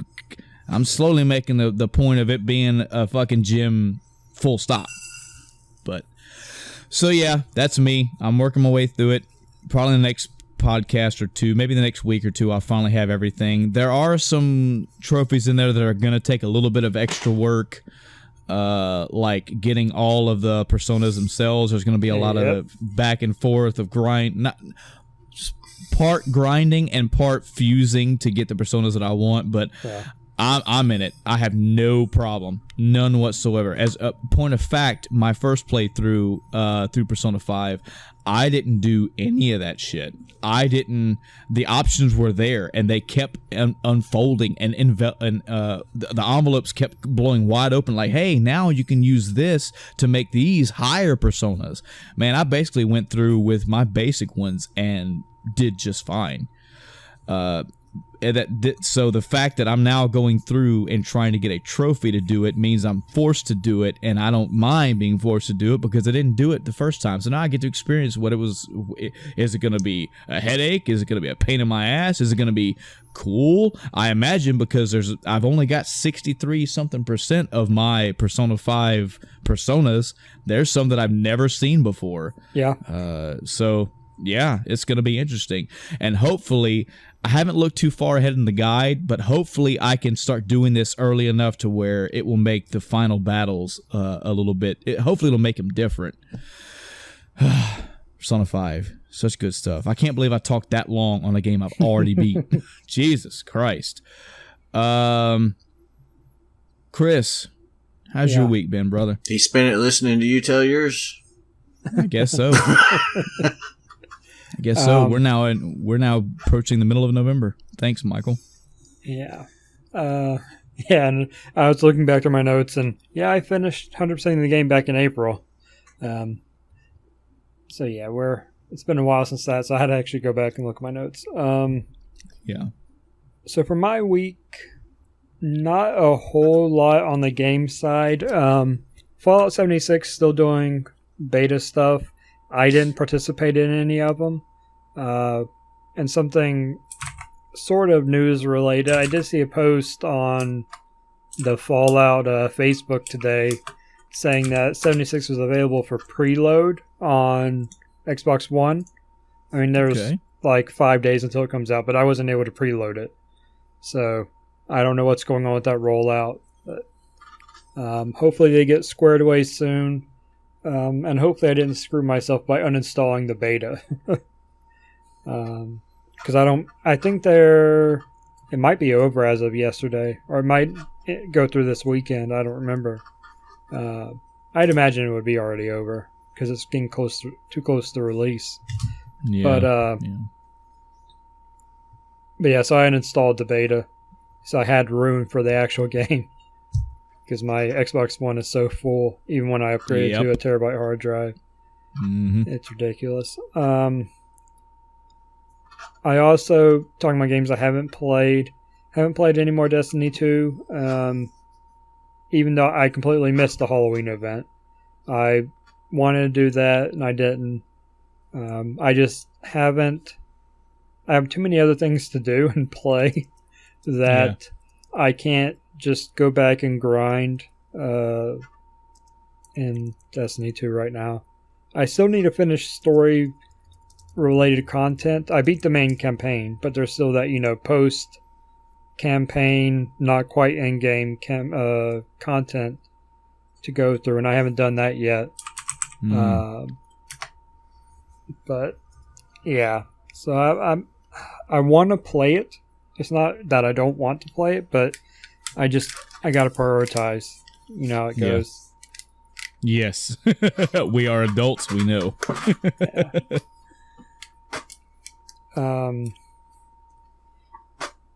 I have played a lot of Magic the Gathering Arena. It's kind of, I mentioned it last time, it's such a good filler game.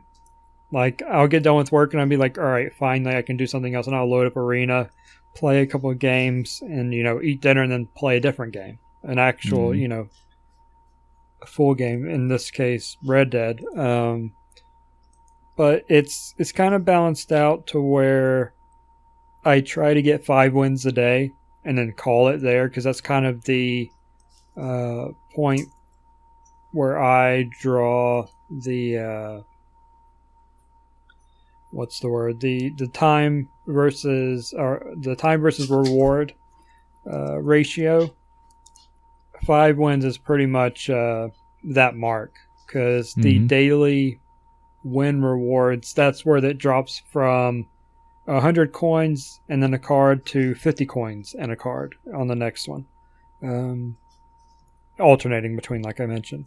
So once I start getting 50 coins per win, I'm like, it's not really, unless it's all I'm doing because of something else I'm doing, then I don't think it's really worth it. Excuse me. Some days that's really easy. Man, I was on a losing streak yesterday. Not as bad today, but yesterday I lost so many games in a row. I dropped down to Bronze 4, and then I had to fight my way up before I could go to bed. I played it, got frustrated, and went on to Red Dead. Finished playing Red Dead, and I was like, all right, I'm going to play Magic until I get my rank back. Got back up to Bronze 3, and then today I lost it again. Oh, man. It's so brutal. And it's one of those things where I was like 75% through Bronze 3. I was almost Bronze 2. And then I go on this losing streak, and it drops me down bit by bit to Bronze 4. And then I had to win like 6 games to get back up. It's like, come on. I won like the first game after I lost my rank, but I was still only like 60-70% through the bar. And it took so many games to rank back up. And earlier I had the same thing happen. I wasn't even on a real losing streak. I was kind of at that typical like 50% win rate. I might have lost 2 in a row or something like that. Yeah. But I ended up dropping down. It was just enough to rank me down, and now I'm trying to fight my way back up. Go ahead. I was going to say, you talk to the wrong kind of people, and they'll say, yeah, you got gambler's addiction. Yeah, you have it. You just have it in card video games. Yeah, sure. I've had it happen big time in Salty Bet. Oh, man. I have had, I think the max Chris I've ever had is somewhere over 500,000 money, gold, coins, whatever, I guess bucks, salty bucks, yeah. And I have lost that. I've lost that twice. And that's always been my fucking mentality, which is why I don't need to go to a casino no matter what money I ever have in life, because I was like, all right, so, okay, I just lost 200,000 salty bucks. I need to get that back. Before I go to bed, I need to get back up to that too. Yeah. I had earlier a game where I was facing an opponent. I didn't realize it at first, but it quickly became apparent that they were running a mill deck. Now, for those that don't know what mill deck means, it's basically a deck that forces you to run out of cards. Because in Magic, if your deck runs out and you can't draw a card, you lose. I lost this game with 60-something health. My opponent had 6 health. But they ran me out of cards because they forced me to discard them over and over. Yeah. It is one of the worst experiences I have ever had in a card game. Because I would put out stuff to be able to kill them, and then they get rid of it and make me draw or discard.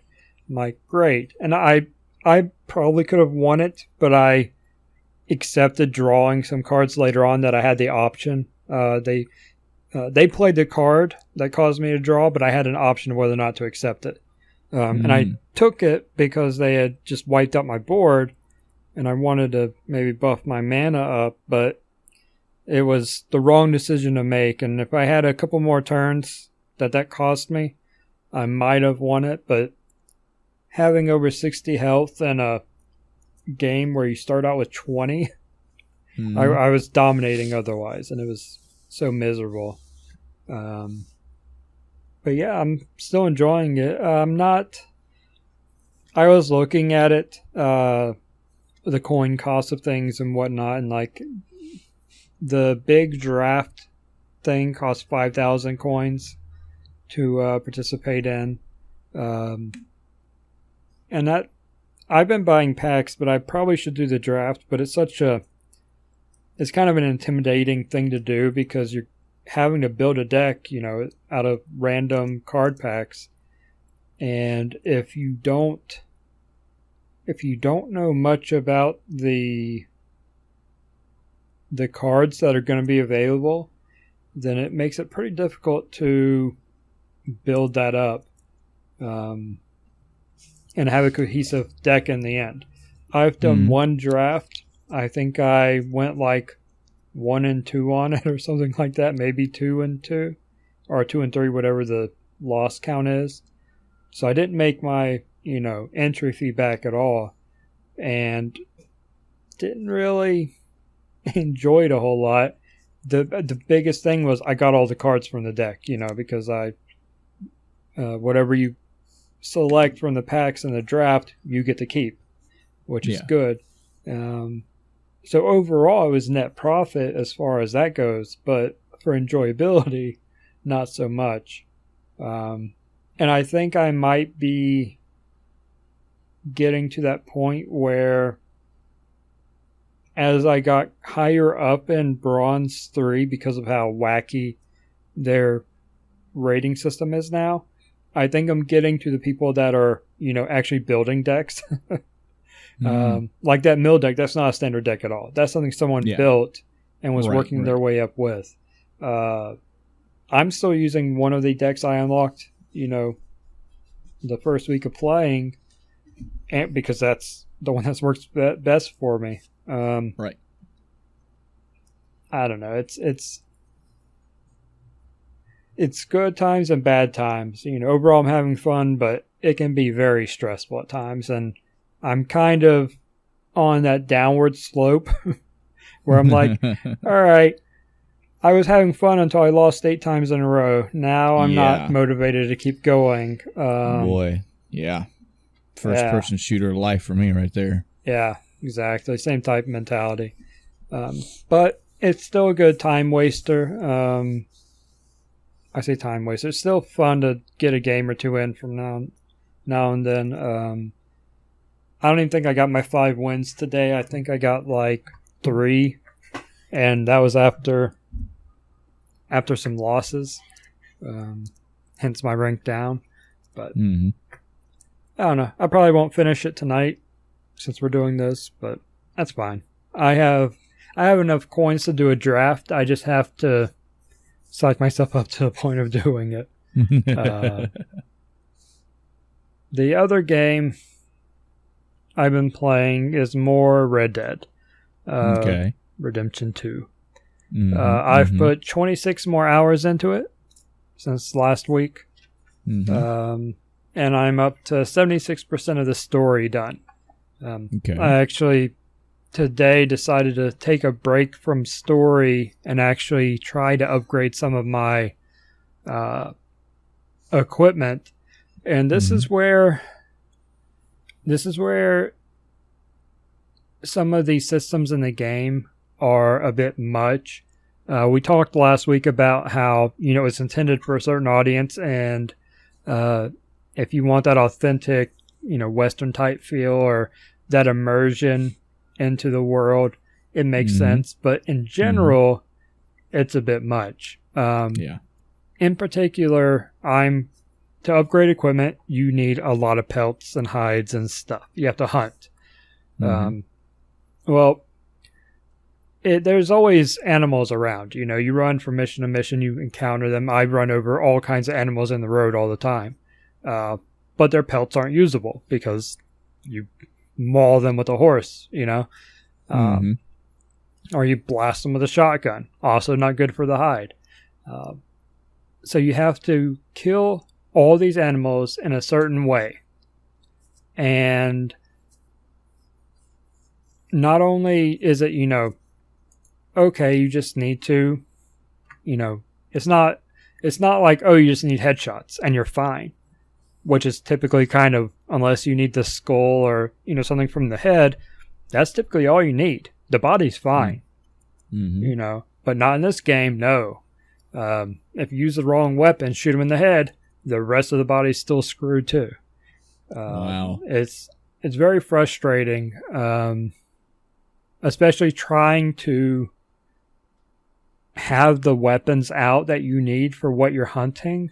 I went into an area and I hadn't encountered the animals before that I was hunting. And I was like, oh, okay, well, I'm going to take my bow and I'm going to take the varmint rifle, which is, for smaller animal type things. Like, those two seem reasonable. I run across whatever I'm hunting and it's like, oh, you need a rifle for this. I'm like, okay, so I went back to my horse and got a rifle. While I'm hunting that animal, another one pops out and it's like, oh, this one needs a repeater. I'm like, they're both guns. I understand the varmint being a smaller caliber specifically for, smaller animals, but a rifle versus a repeater, I don't know the difference. I should actually look and see what the ammo types are for them. But it doesn't, as far as I've been concerned as I play the game, a rifle and a repeater are the same thing. Just the repeater is different mechanically, not so much, bullet-wise. But right. Apparently there is a difference. So I go out there with two weapons, and you can only carry two at a time aside from your pistols, your handguns, I should say. I had to go back to the horse to switch them. And by then the animals run off and I've lost it. So it's not a pleasant experience doing the hunting. And let me see how long I played this afternoon. Doing nothing but hunting, I played just under 3.5 hours.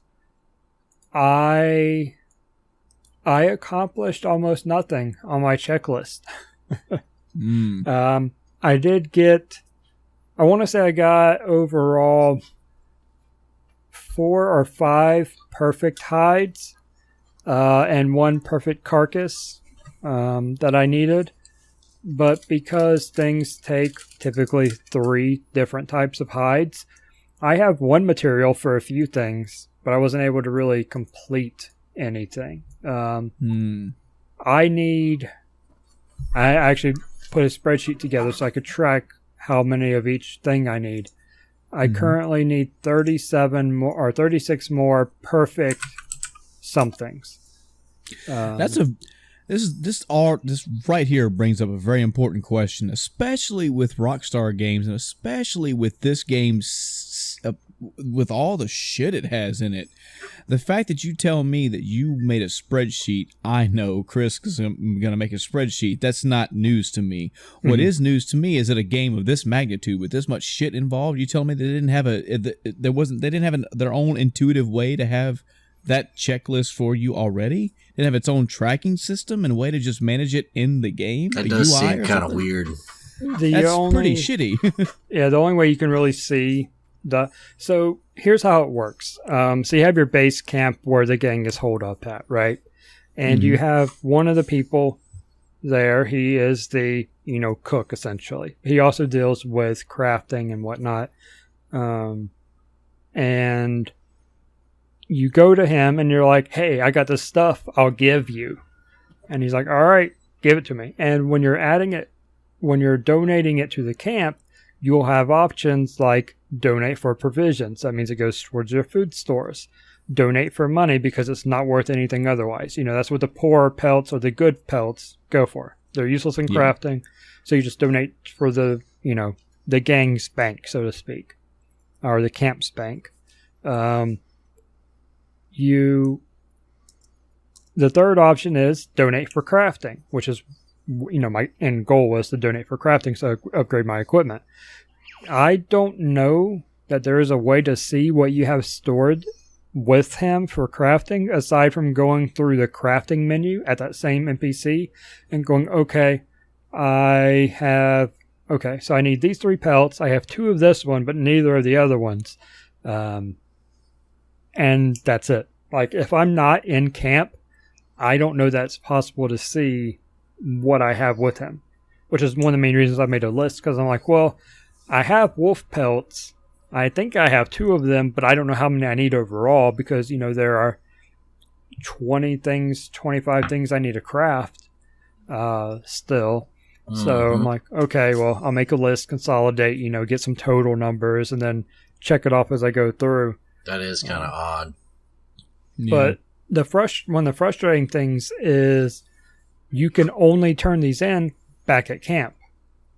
Well, I don't know if you heard, but it takes a long time to get anywhere. What? So I'm running, like, I was hunting beavers, for example, before I ended for the night. So I was like, okay, I actually looked this up because I'm going across the map randomly. I was like, all right, where are beavers at? Okay, they're over by this lake. Okay, I went over there, found a couple, and then nothing. I'm like, okay, well, I've got one of, 2 beaver pelts I need. I have like 6 beaver pelts, but only 1 that's perfect, because not only do you have to pick what you kill them with right, that's not the hard part, or that's only part of the, equation there. The other part is they just have to be able to be that quality. Yeah. Like, the way it works, I think, for a lot of the animals is the bigger they are, the more likely they are to be, a perfect quality. Like, I also went and hunted gators. That's the first thing I did because I knew exactly where they were, and there are tons of them down in the bayou. In the bayou. Yeah. So you're playing Bayou Billy, basically. Yeah, so I went down there. I was like, all right, and sure enough, the first place I checked, there's like 7 alligators. And the biggest one was the only one that could be perfect. So those other 6 were absolutely worthless. And that's the same across the board when hunting. I'm like, all right, I went into an area and I'm like, all right, there's supposed to be squirrels here. I saw maybe 2 squirrels and they were both 1 star. I'm like, all right, I'm not even going to bother shooting them because I don't need anything from them. Their meat is, essentially worthless as well. So I'll just kill something else. I ran across some other animals that were more profitable than that. So, all right, I like talking about the alligator. I go get the alligator. Alligators are, there's 2 different types of hides, if you will, that are pelts that you can really deal with. There's smaller ones and then there's big ones. The smaller ones just kind of get placed on the back of your horse and they stack. Like rabbit hides or pellets rather. You can stack up, 20 of them on the back of a horse and you're fine. Something big like the alligator, and I'm trying to remember if the alligator actually does it. It might not, but just as an example, in this case, we'll say it does. It's a much larger hide, and it I'll use the elk. Because the elk, it's a much larger hide, and you do the antlers in your little bundle thing, kind of thing. So that is not stackable on the back, so you kind of lay that over the back of the horse, and you can't put anything else there other than the smaller hides, which can get shoved underneath it, which is nice. I like that they don't force you to not have one or the other. You are able to still put smaller ones on there with something taking up the back. But until you go turn in that big hide, you can't store anything else on the back, so you have to go immediately back or not hunt anything else that size. And if you're not near the camp, you have to go to the nearest place to fast travel to the nearest place to the camp, because you can't fast travel back to the camp. You can just go to whatever city's closest and then ride the horse out there. And oh, by the way, animal bodies will decompose over time. So I had a perfect, I think it was one of the deer type animals. And I actually needed the carcass of it, not just the hide. Because the hides, at least the small ones, don't decompose, and I don't think the big ones do either. It's just the actual body with the meat that decomposes. But I was headed back, I got detoured a couple times by other animals, but not a whole lot. And at one point it's like, hey, the body's about to start decomposing that you have, and it's going to lower the quality. I'm like, all right, well, I'll head back. And thankfully I got back in time. But it's like, after all that effort to get that carcass, now it's going to decompose on me. Because it takes so long to get back to camp. It's a little frustrating because there are legendary animals in the game, and you can take those pelts to any trapper on the map and sell it, and then that's available to use for crafting and whatever legendary items it unlocks. So it's kind of like, well, you have it for the legendary stuff, but not the regular, so why not? And I was reading something that actually said if you lose a legendary hide, say you die and you respawn without it, it takes it to a tracker for you. So you don't even have to go back. You can just die and, save yourself a trip. Wow. He kills a legendary animal. He just puts the pistol in his mouth right afterwards. It's like, I gotta make sure this goes to the tracker. Yeah. Bam! So I've only killed one legendary animal that's kind of story based. I haven't gone after any of the other ones because I haven't really cared about doing that. You run across any Bigfoot? No. Damn. I had Bigfoot in the kind of a inside joke Rockstar had. GTA San Andreas had this little stretch of woods. People swore up and down on the internet that they'd seen Bigfoot there. They had doctored photos. It was hilarious. So in the original Red Dead, they put in a Bigfoot reference. Yep. And I was wondering if there were any of them left. I don't know. Because it's a prequel, right? I have no idea. Yeah.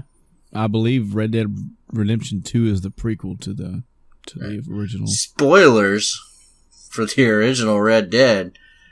You kind of extinct them by massacring them.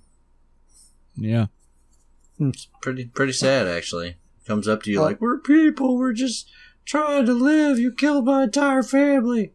And you're like, oh well, shit. Let's go, bub. And you whip your claws out. Yeah, you lasso him, bring him back, sell him to the circus. I mean, I wouldn't be surprised if there were. I've only been to let me rephrase. I've passed through 70% of the map probably. There's a whole region I haven't even been to. Yeah. I didn't even know it was a thing until I was looking at the animal map, and it's like, yeah, down here. And I'm like, I didn't even know that existed. Because that's past the place you can't go to from the start of the game, and I probably can't go to till after the game's over. So I'm like, oh, I guess I could go around it, which I did partially, just a little bit to the west to get the beavers. But I'm like, you're telling me there's something all the way down there in that direction, not just, the red zone I can't go in or get shot. Okay. So much more to the map than I've been to, and there's corners I haven't been to and stuff like that for various reasons. Mostly because I'm tired of riding the horse around. Well, get off and walk. You get 100% this game. So I'm torn on the 100%ing thing because I don't know how feasible the online trophies are going to be. And it's one of those games where that's part of the platinum. To 100% the game, I have to do the online. So I may not 100% this. I may just do most of the single player stuff. Maybe all the single player stuff. We'll see. But I know you had kind of a bad impression of it before. But, I mean, is it growing on you? No. No? It's still... it's not a bad game. I mean, I think I tried to make that clear last week, and I'll do it again this week. It's not a bad game at all. It's just about a year late. It's not doing anything really innovative. It's got some cool moments. I mean, the story I like. It's not groundbreaking in pretty much any way. And it's a lot of tediousness, you know. The traveling, it just gets more and more miserable every time I have to ride my horse somewhere and I can't fast travel. There's a lot of it's even, let me start over. It's made even more frustrating when a cutscene takes me halfway across the map. Ooh. Wow. And then I'm like, why in this one spot did you do this for me, but not the 50 hours I've spent riding this stupid horse in the middle of nowhere? Why? Man. God. I'd love that it jumps me, but do it more. Just, again, with a very, very broad, pseudo eagle-eyed look at this game, not having played it at all, I've gotten the impression of, they've scaled things back and they've added cumbersome moments in this game, but they don't let up on it. That's the part that aggravates me. You know, even in general gaming progression, if you want me to slowly trudge my way from point A to point B, I get it. B to C, okay, C to D. So when I get to around G or H, it's time for you to start adding some fast travels. It's time for you to start adding some conveniences to my hunting, my traveling, my gathering, my marking, and all that. When I get down to, PQRS, I need to be able to do just fluid through this game. Do not have me still basically walking on foot pace when I'm so far into the game, That's just general progression. I get what you're going for with it being a cowboy simulator, but still playing a video game, man. It was so frustrating at the point where you upgrade the camp, and one of the upgrades will actually give you a map, and the map allows you to fast travel while you're in camp, but it's one way. You can't fast travel back to the camp. So it's like you go to unlock it and you're like, oh, more fast travel. Okay, well, okay, let's go. And I go check the map, and it has all these locations you can't fast travel to from the carriage or train. Like, there's this manor that part of the story takes place, and you can fast travel there after you've unlocked it. Carriage and train won't take you there, so it's so much more convenient, to get to these out of the way places. But once I'm there, all right, 5 to 10 minute ride back to another fast travel point just to get back to camp. So it's I would understand if it was consistent, but it's not. It's like, okay, here's a little bit of fast travel. Here's a little bit more. Here's a lot from your camp, and then nothing. Yeah. It's so frustrating. And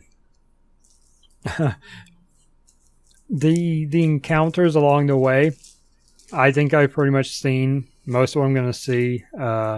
There are a couple that are continuous, and they seem to keep progressing. Like there's this blind man you occasionally run into, and you can give him money. And when you do, he'll say something to you. And each time has been different. It seems to be based on where you are in the story, which is interesting. I ran into one of the snakebite guys, but it was one of the ones I'd already talked to. Because I walk up and I hear him complaining. I'm like, and, what's his name? It's like, Arthur Morgan is like, really? Again? And he's like, yeah, help me, help. And you're like, all right, fine. I'll suck the poison out. Nope, still didn't suck it out. Still gave him a health potion.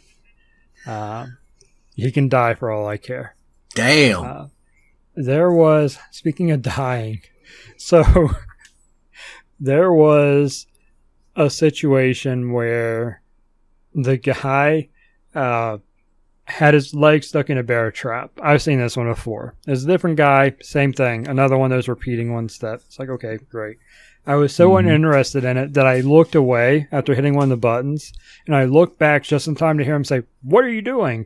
And the bear trap just snapped shut back on his leg because I wasn't button mashing. What? Because you have to tap triangle or whatever button to open the trap, do the little strength mini game.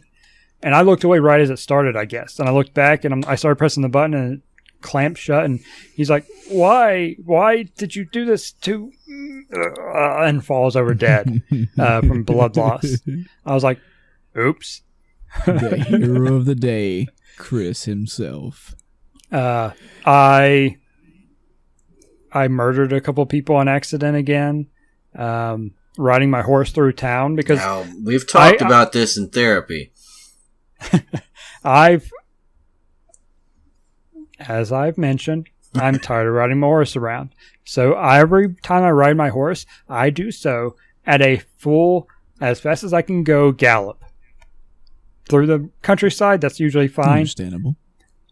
I do it through the city. Well, normally people jump out of your way, like Assassin's Creed style. They're like, hey, what are you doing? Get out of your way. Every once in a while, an idiot NPC will jump into your way. So I was like, oh, oops, I just murdered a lady because she jumped under my horse. I also accidentally murdered a cop that way on accident. I barely bumped him. But he died, and all of a sudden I'm wanted for murder. Yep. It was ridiculous. I've had a couple other instances like that where it's just ridiculous. I bumped into a cop, not even on my horse, just on foot, and he just got set off, and all of a sudden I'm like, all right, well, I guess I'm going to die because I got this crazy wanted level in the middle of a mission, too. So I'm like, all right, I'm just going to die and go to the last checkpoint. And typically when you get a wanted level in a mission, it instantly fails you. So, wow. Well, that's right. So I want to do a really quick podcast note here. If voice is going to get low and quiet, it's all whispery. It's not just for our topic for today, but it's also because my lovely wife has to work in the morning, so I'm trying to be as quiet as I can, audience. So this is just for you.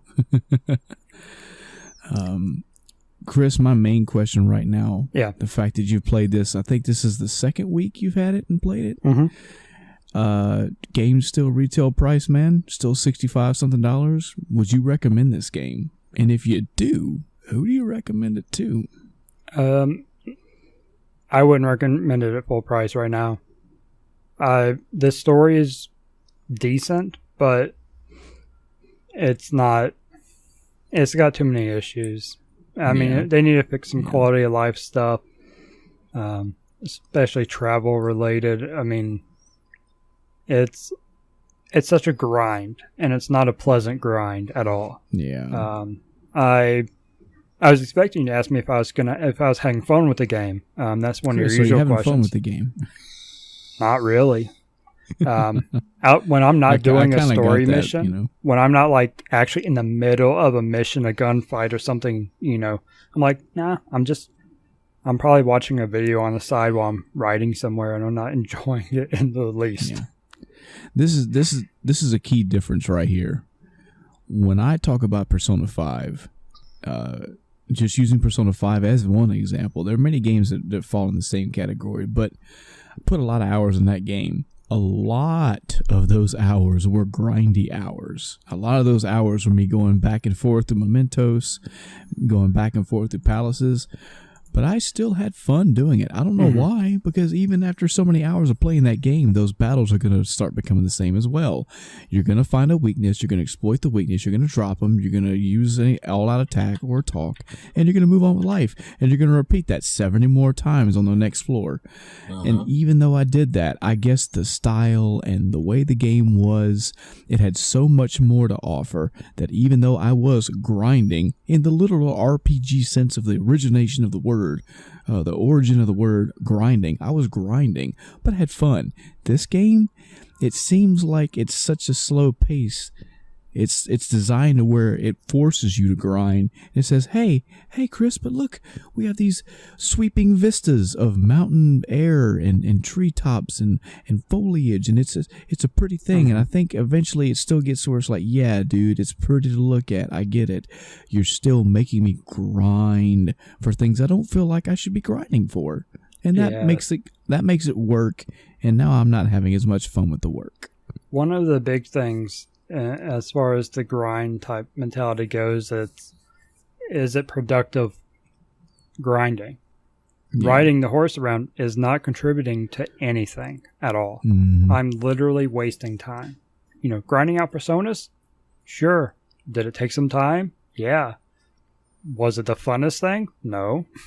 But it was still enjoyable because I was getting new things. I was filling out the compendium. I was unlocking trophies and doing other things in between. So it didn't feel like, all right, well, I'm not accomplishing anything. I'm not sinking this time in for no reason. Yeah. Whereas riding the horse around everywhere in Red Dead 2, it's like, all right, I have spent 52 and a half hours in this game now for probably 10 hours of gameplay. I feel like the horse riding itself really just personifies the problem. If the first time that you have to ride for, and I'm pulling numbers as always, the first time that you're going from point A to point B and that ride is going to take you 15 minutes, you're like, okay, hey, that's all right because this is a fresh game, fresh terrain. This is this Wild West cowboy sense. All right, it's, okay, I'm feeling it. I feel it. Horse has good animation. I'm seeing the world. Okay, cool. And then you get to point B and it says, okay, now go from point B to point C. This is a 20-minute ride. All right. Okay. Still kind of new. Getting it. And then hour, 20, when it's like, all right, from point F to point 9, that's where you're looking at another 15-minute ride. You're like, okay, well, I guess I'll just fucking backtrack to the same fucking mountain area I just saw, and I'd really like to just get there faster. Like I'm over what you were trying to sell to me. And I mean, it isn't like they haven't made horse-based games before. I can think of The Witcher. I can think of Metal Gear. They've all done horse-based travel before. It's not a new concept. Yeah. I think that what should have happened here is that if you want to, because again, I'm just talking about Brandon Jones as an example, there's an audience out there that says, hey man, I'm absolutely taking the fucking time out of this game and I'm enjoying it because I like doing this slow paced thing. Cool. Awesome. But have the option there for people to make it faster. Have the options there to make it convenient. It's still a video game, man. If you're trying to make this thing a completely immersive experience, I get it. But there's other games in your own wheelhouse and around you that have also done that. And it still went, hey, people are going to want to do things a little bit quicker. They're going to want more convenience. Let's give them that, Why they chose to design it this way, I don't know. I could understand if this was a hardcore sim, like Arma. Yeah. Arma is like, it's nothing to walk 20 minutes in Arma to get to somewhere. And it's like the most monotonous walk ever in Arma to get somewhere. But in a supposed action game, you can't have big breaks like that. Yeah. The target audience doesn't have the attention span. That reminds me, we were talking about the God, I just went blank on it. The special vision for shooting your gun, Deadeye. How that meter, as you progress through, you eventually can use it longer and longer. Well, you have to skill it up, and I realized that there are two reasons why mine wasn't progressing very much. First, I'm playing the honorable cowboy outlaw. So my honor bar actually maxed out a couple of days ago. Finally got the achievement for being one of the extremes. So I'm not going around using my gun a lot.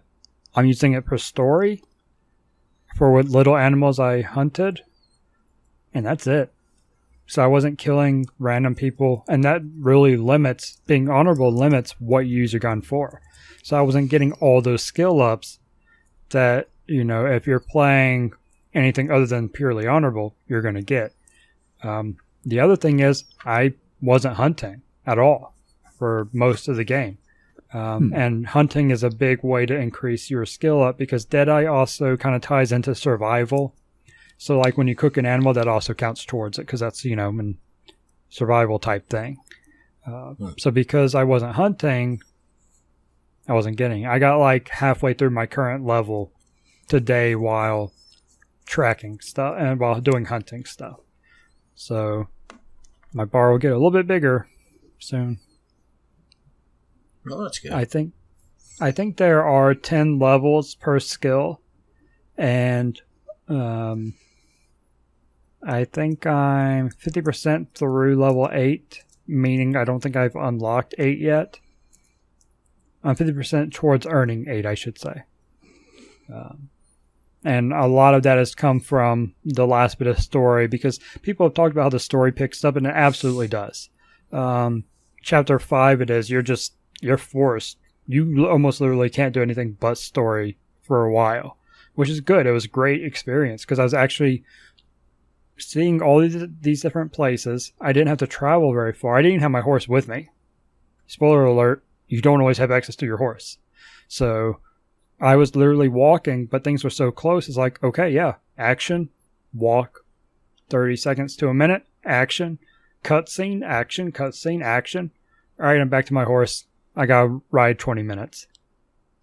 All right.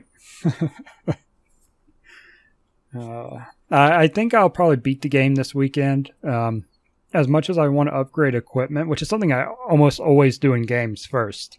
I'm like, all right, what do I need to do to upgrade my equipment? Because I like having more inventory, etc. But this one, I'm like, nah, I'll live without. The hunting is so miserable. I'm not going to bother.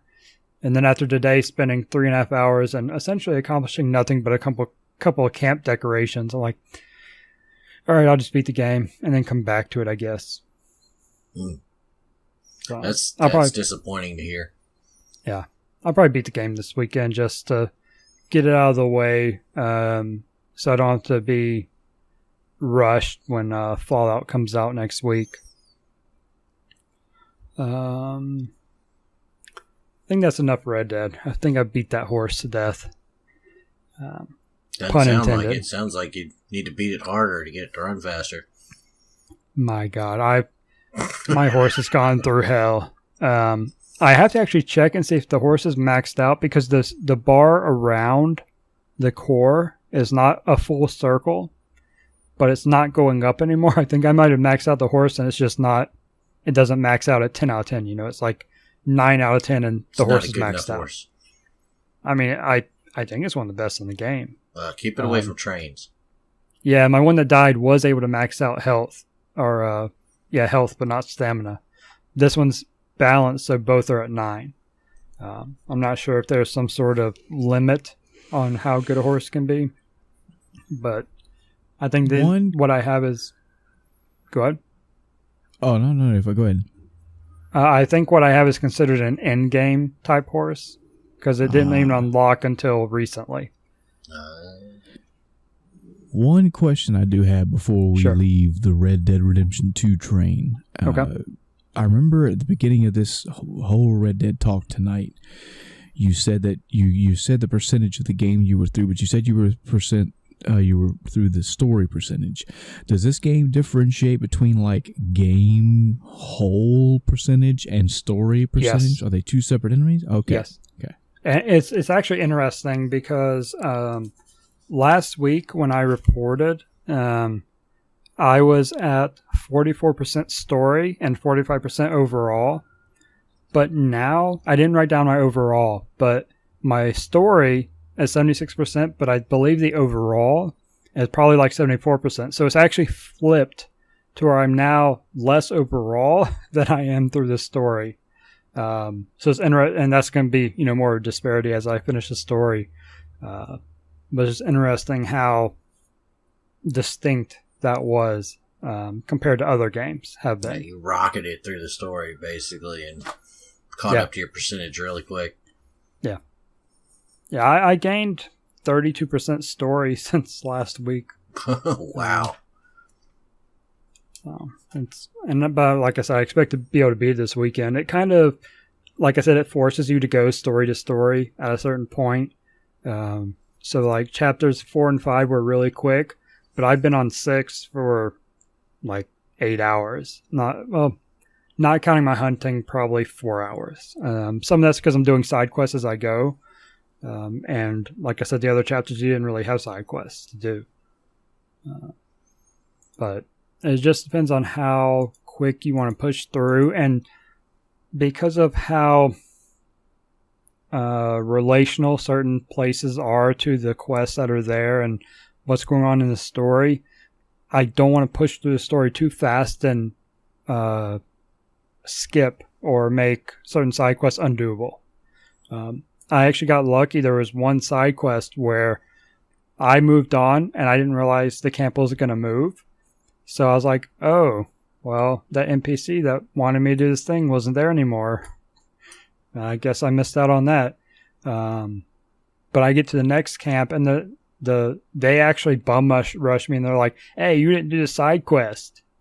I'm like, my bad. I guess we'll go do it now. Sure.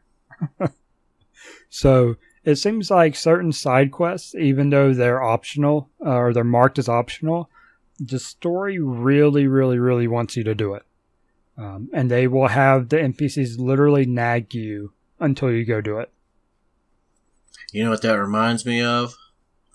Grand Theft Auto 3. Or not 3, 4. Where Nico would have somebody call him every 15 minutes to go bowling or to go to the bar or go play. Yeah, essentially. Rockstar has some kind of issues where they think they've got to be throwing stuff in your face all the time. I thought they'd gotten over it with Grand Theft Auto 5, but it seems they've relapsed. Talking about the comparison to GTA 5 and stuff, that reminds me of one more thing I'll mention about the game before I move on. And GTA 5, watching the speedruns of it, I've learned that if your character looks away, cars will despawn and stuff, or spawn while you're looking away. So if you turn, look back, things will change instantly. I actually experienced that today in Red Dead. So that same sort of it's spawning where you're not looking, which is, fairly typical for games anyway. But it's so obvious. So I put out some bait, hunting beavers at the moment still, like I was saying. And I'm looking around to see if there's anything around me, checking the wind, doing all that stupid stuff. And I look and I'm like, oh, there's a beaver.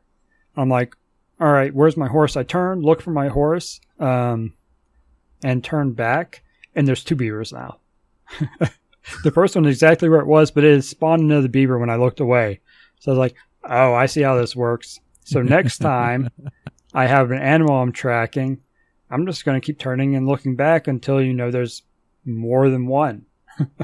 Because sure enough, one of them was perfect, one of them was not. 6 legendary beavers appear.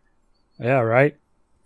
So it's interesting to see the things that carry over from game to game, and where it applies like that. It was so amusing to me when that happened. So helpful too, now that I know that. Yeah, so that was it for Red Dead. I didn't play any other games, but kind of going backwards, normally talk about non-game stuff first. But I've been doing a lot of coding this week. I wrapped up the thing I was working on for the GTA roleplay community I'm a big fan of. I say wrap up. The initial prototype was done to the point where I was able to make a demo video and stuff like that. Send off to one of the actual devs for the server and stuff, and they liked it. So that's good news. That means my time wasn't wasted. Not sure how long before they even consider implementing anything yet, but it was nice to kind of get that feedback and make that progress, kind of hit that milestone in the coding where it's like, yeah, I have a product. It's not polished, but I have something to show you. Yep. Just in the last couple of days, I actually started. And it's really easy. I went and learned how to make Discord bots. So Adam, that's why you saw a bot pop into my channel or my server on Discord a couple days ago. Yeah, I was wondering what the fuck was going on with that thing. Yeah, I'm not going to use it in the channel. I don't really have a need for it. But I created a testing channel and had some command testing type stuff going on in there. I thought the machines had finally gotten to you. Yeah. I mean, you'd think the hint that it had, my profile name with bot after it was a giveaway. That was something I was doing, but, Nope. I figured that they'd finally replaced you. Yeah, sure. But yeah, so that it's very amazing how easy it was for me to get that set up. I mean, all told, I probably spent an hour, and I had the basic functioning bot up. The rest of it was coding in the logic I wanted it to process after that. Which commands do I want? What do I want it to do in response? Doing variables and all that tracking. That was it. And it was running. Cool. Yeah. I don't think there's anything else other than that. Yeah. Well, what'd you get up to, Adam? Yeah, there you go, Adam. Follow us up. Okay. Didn't do nothing. My week's over. All right. So moving on. Good week, guys. da, da, da, da. Oh man. I wrapped up Xenogears. I know I told y'all I started it way back when. Yeah. Wow. I finally just beat it again. It shows you how long I piddle-patted around on a game. I wanted to hear long diatribes of, having played through this game multiple times, and especially playing it now in your, in older time of your life. I'd love to hear some good Xenogears review from you. A good Xenogears review. Do we have 5 more hours, or y'all got to go to bed at some point? we got some time to go. Oh, what would you like to know about? Just a general review, or you got specific questions, or? I mean, again, the big thing that's sticking to me right now is the fact that I know, and I think you've mentioned it on previous episodes, that you love Xenogears. Yes. You've played this game multiple times. This is Squaresoft back in its Squaresoft heyday, folks. We're talking good times. The good 50 to 80 hour RPG time frames. Yep. Multiple discs on the PlayStation era. Squaresoft in full fucking flex mode. Okay, so this is definitely a game that's up there in the echelon of RPGs. So Adam loves this game. He's played it multiple times. So as of this recording, you're in your early 30s. I'm assuming you played this game in your early teens to start with? Yeah, 1998. So, yeah. Yeah. That was only 20 years ago. So, aside aside from Xenogears having God, Xenogears. the story alone, setting that aside, talking about just broad strokes here, the game that you first played back in the late 90s, comparing that to what you just played recently, what has changed in your opinion? Like, what have you picked up that you didn't pick up back then? What aspects have amplified? What aspects have you just glossed over? Like, how much has this game changed for you in these past 20 years? One of the things I've noticed is, and this is a good thing and kind of a bad thing, is Xenogears came at a time where Square was in its heyday, obviously, but they were also in the middle of like an identity crisis, I want to say, because it seemed like every single fucking RPG that came out was like, let's try a wacky new battle system. Oh, yeah. And I remember thinking, it just kind of popped into my head while I was in random combat. And I was like, where did they come up with this idea? That it'd just be like button presses, and then you'd have this thing just gradually chain out into combos. And then I started thinking back about other games that had came out, Legend of Lagoon, or was it Legend of Legaia? I can't remember. But there were other, you had, Legaia was the one that had the, like almost fighting game combo button. Yeah, you'd have like a string, you push up and left and down and right, and it would, And then, there was Vagrant Story, had kind of a cool, little different type of, and I was just going back through all these different, I was thinking, like, that period from 1995 till about 2000, they were just experimenting. It was just like this giant laboratory of, let's try all these different combinations and let's try new things kind of deal. That's one of the things that kind of stuck out to me during this playthrough is like, okay, well, where the heck did all this crap come from? Was there just and I still don't have the answer for this, but was there just like a designer there that was like, oh, I want to try something new? Or was this a bunch of old veterans, like, bouncing ideas off the wall? Like, they're all just sitting in a room. They keep tossing each other the tennis ball, and the guy with the tennis ball's like, here's an idea. Let's make this thing a combo system. And he tosses it to the next guy, and he's like, yeah, and each button on the controller will do a different move. And he tosses the ball to the next guy, and he's like, yeah, and we're gonna make it to where you have this many points to do this thing. And then he tosses the next one, and he's like, oh yeah, and if you chain them into certain combinations, then they'll do like a super attack. And then he tosses it to the next guy, and oh yeah, now they'll have elemental stuff when they get later on. The other guy's like, and we're all gonna do it with mechs. Yeah. Everybody says that 12 is really good, that they love it. They're just like, I love that game, it's so awesome. And I'm just, Adam, have you heard my recollections of 12? No, I have not. Alright, so here's what I remember of 12. I found a picture one day, taken with a webcam, alright, of my TV screen. I'd hit some outrageous combo number. Mm-hmm. One of the systems, I don't even remember the system. All I remember is a single screenshot. I know nothing else about the game anymore. Good job. I beat it. But that's what I remember about Final Fantasy IX. You know what I remember about Final Fantasy IX is that I quit on the final save point. Hey, me too. I quit on the final save point.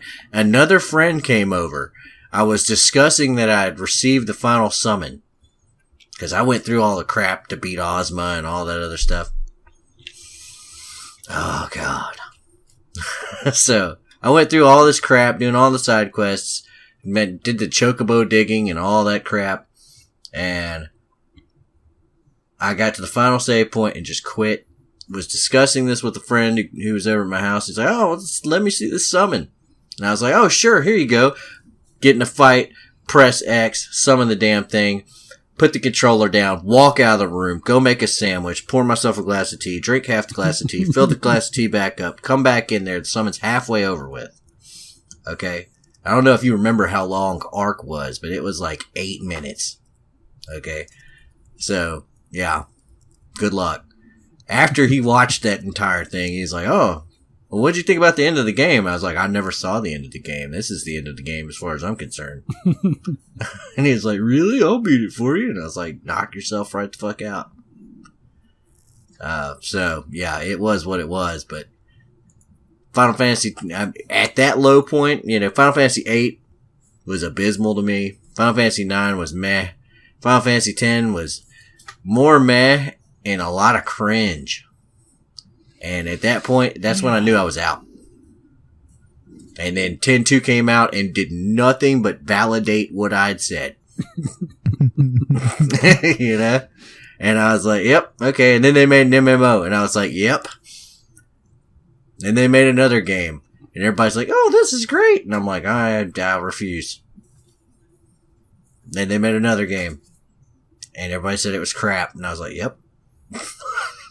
Then they made another game. And everybody said it was crap. And then they fixed it. And then people stopped saying it was crap. But it's still crap to me. They've made another game. And they've only halfway fulfilled their promises on it. Good track record. That's where I'm at is Final Fantasy on a series. I'm like, man, you know what? The hits don't stop coming. It's so fucking weird and sad when you look back at the fucking legacy. Final Fantasy 6, Final Fantasy 7, and then they just went downhill. And look, I understand, okay? Not every fucking company out there is going to produce a 10 out of 10 all the time. They're going to do a 10, and the next one may be a 9, and then maybe 8.5, but then they learn some lessons, get back up to a 9, and then for some reason drop a 4. Everybody's like, hey, whoa. And they're like, we're bad, our bad, sorry about that. 9.5 back at you.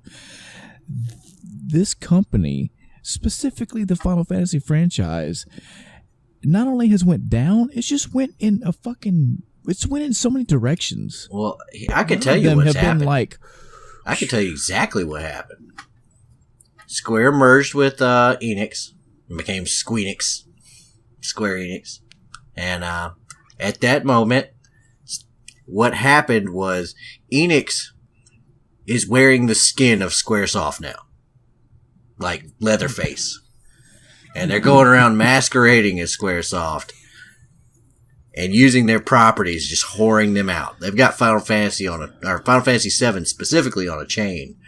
Because that's when you started seeing this Dirge of Cerberus crap. And the 20,000 other, let's rehash these games things come out. You start seeing the moment they put a sequel out, the series was dead. To me, at least. It's further sad to me just bringing that point up. I promise you, folks, we're not going to turn this into a Square bash. I am. We just have to get this out when it comes up. You would think in your mind when somebody comes to you and tells you, "Hey, guess what? You know that fucking Titan RPG company, Squaresoft? Yeah. You know that other mammoth fucking RPG company, Enix? Wait, those are the Dragon Quest? Yeah. Oh, wow. Okay, what's going on? Yeah, they're coming together. What?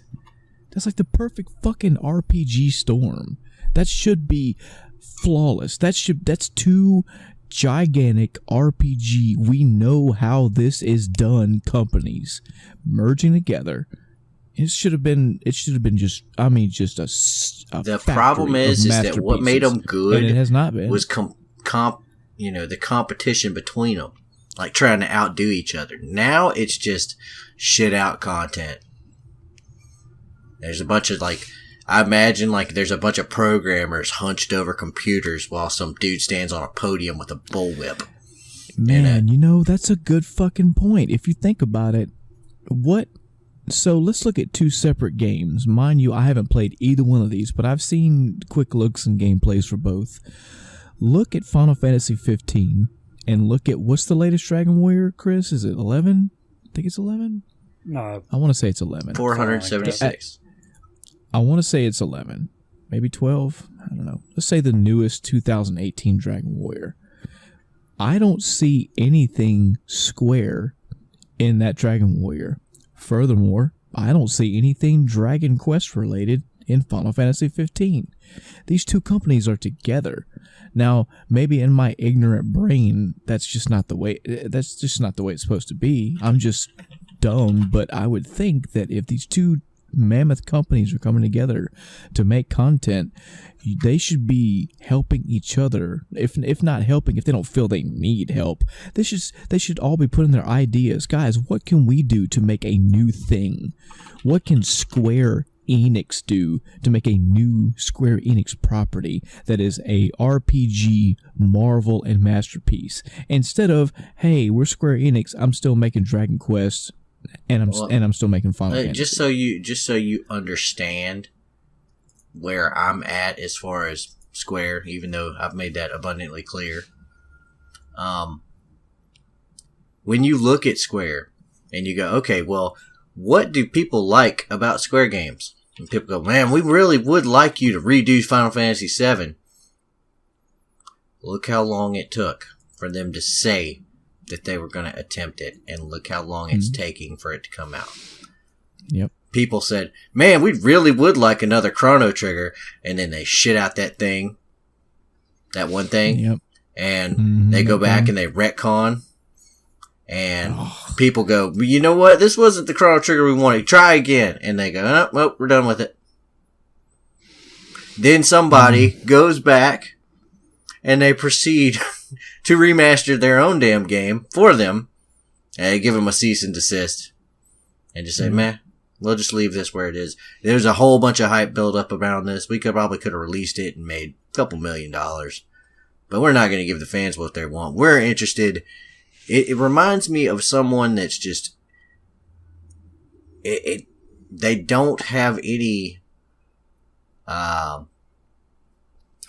what do you say, a mass appeal, and they want to do their own thing. They don't want to do what's popular at all, and it's to their detriment. I can understand doing that to an extent, but you got to put some of that stuff in there that people want. You know what I mean? Yeah. Especially when you've got a hold of all these iconic things, and they're like, we want more of that stuff. And you just kind of, the stuff you put out is just, it's either minimal effort trash, or it's, something that's just made to be, I don't know, a quick cash grab. That's why when I look at stuff like Dirge of Cerberus, and I heard Crisis Core was pretty good, actually. It's you can't buy Crisis Core anymore. Yeah. Try to find that on the Square's website. They sell games for the PS2 still. Boxed copies. You can order them online from frickin' Squaresoft. You can't get frickin' Crisis Core anywhere. It's sad. Well, now that we've fully established that Adam loves Final Fantasy VIII, let's try to steer this train back. Now that we've turned this podcast into a house of lies. So getting back to playing Xenogears again 20 years later. Yes. And differences and likes and dislikes. Like this is so another thing. They fucked up the second half of Xenogears. They refused to fix it. Yeah, and that's they have no fucking excuse these days. Come on. Come on. God, man. So, Xenogears, 20 years later. Continue. 20 years later, I can tell you that, for one, I still understand the story. Yay.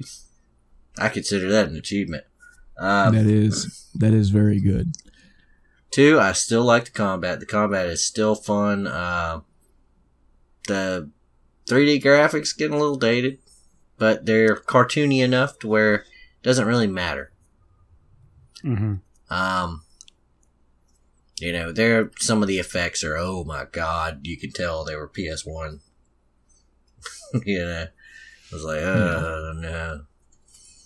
You look at it and you're like, yeah, alright. I could do without seeing that ever again. So I don't cast any magic. You know, if you're in the gear, the magic is completely worthless anyway. Don't use it. So they said they have this other amplifier on there, but it ends up doing like 6 freaking damage. Unless you have like an end game modifier on it, in which case, why did you do that? So, other than like really small stuff like that, just taking a look at how the game is done from a gameplay perspective, having the 2D sprites on 3D environments and running around and being able to turn the camera and find little hidden secrets and nooks and crannies and stuff like that.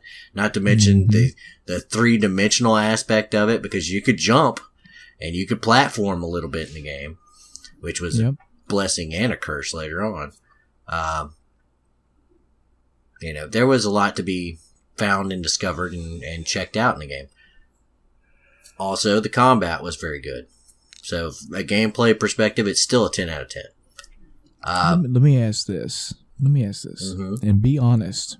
Be completely honest. I'm not saying you ever aren't, but okay. How much? So you still put this game up there? I do. In your this is my book. This is Adam's book. I say this game is fucking great. Yep. After playing that now again for probably the 20th time, 20 years later, how much of that is just I just love the game, leave me alone, and how much is no, this game is engineered and designed damn near flawlessly. And we're not going to talk about the second disc. Yeah, the second disc is obviously it is what it is. It's like, we ran out of room, exposition time, and anybody that's knows the story knows what's going on with that. Well, let me do a quick one, okay? For any anime fans out there that are Adam, I don't get this. What do you mean the second disc? What's the problem? Let me tell y'all what the problem is. You remember a little anime called Neon Genesis Evangelion? Okay, remember how I went to Evangelion? Sorry, remember how I got to the 24th episode and you were like, "Man, this show's so fucking good." Episode 25 and 26 came out and you were like, "What in the fuck was that?" And then a couple years later, they came out with a movie 1 and 2, and the 1 and 2 movie gave you the ending and wrapped everything up and explained everything, and it just gave you a bow. Okay, imagine 25 and 26 happened, and then you were just left. Just fuck it. Yeah. So you're scratching your head the last, like, I don't know, a quarter, if not a third of Xenogears, and you're like, okay, I'll just take this because this is what I have. There must be a sequel or a wrap-up or a DLC or something. Nope. Take what you got. And it is solely to do with stupid shit just like Evangelion. Fucking budgeting, money, constraints, inner turmoil within Square, just a bunch of fucking bullshit. And you just have what you have. You just have to live with it. Yep. Because as Adam mentioned earlier, nope, no remaster and no fucking sequel. So correct. Ugh. That's such a good comparison. It is. And the fact that, and what makes it ironic is Xenogears is heavily influenced from Neon Genesis Evangelion. Mm-hmm. Heavily influenced. Even down to the ending. Yep. Both literally and figuratively. So I didn't mean to cut you off, Adam. I'm so sorry. So 20 years later, the game love. Okay, so gameplay holds up. Gameplay is still awesome. The systems, the death blow system, I can see some minor improvements that could be done. It would be nice to have a little more knowledge on how many more times you needed to do an animation to unlock a death blow. But without, if you didn't know what you were doing, I could see a person fumbling around with that a lot. If they had a little bit more of a metric to keep track of how many times you've done X animation in order to unlock new death blows, that would be fun. Me, I know what they are, so I just spam them. So, I mean, you know, that goes from playing the game for 20 freaking years. If you need help, give me a call. I'll tell you.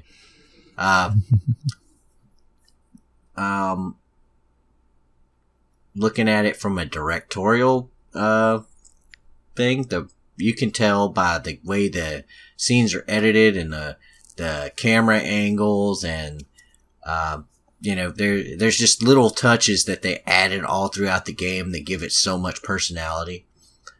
You meet with the captain of the Thames, and he has like this phrase that he says every time you meet him. And he's like, men, and he looks at this, you know, camera and it shakes and he goes, and then he turns, you know, 90 degrees and he goes, of the sea, and he points that way and the camera whips around and it shakes even harder. And he says, never say die. And he turns another, you know, 90 degrees and the screen just shakes even more. And you get this real sense of what his personality is like. Mm-hmm. You know, they could have just wrote that in one little text box pop up. But instead they added the animations and they added the sound effects that just drive that home. Things like, watching the different, angles of things taking place, for when Id first appears. Early on too. Yeah. For when Id first appears and you have Faye in the cockpit and he's trying to figure out what the heck is going on, and it's cutting back and forth between cutscenes, and it goes back to him, and then it goes to this amulet, and then it goes to the scene. You have no idea what the fuck is going on, and then it goes back to him and being in the cockpit, and he's shaking his head.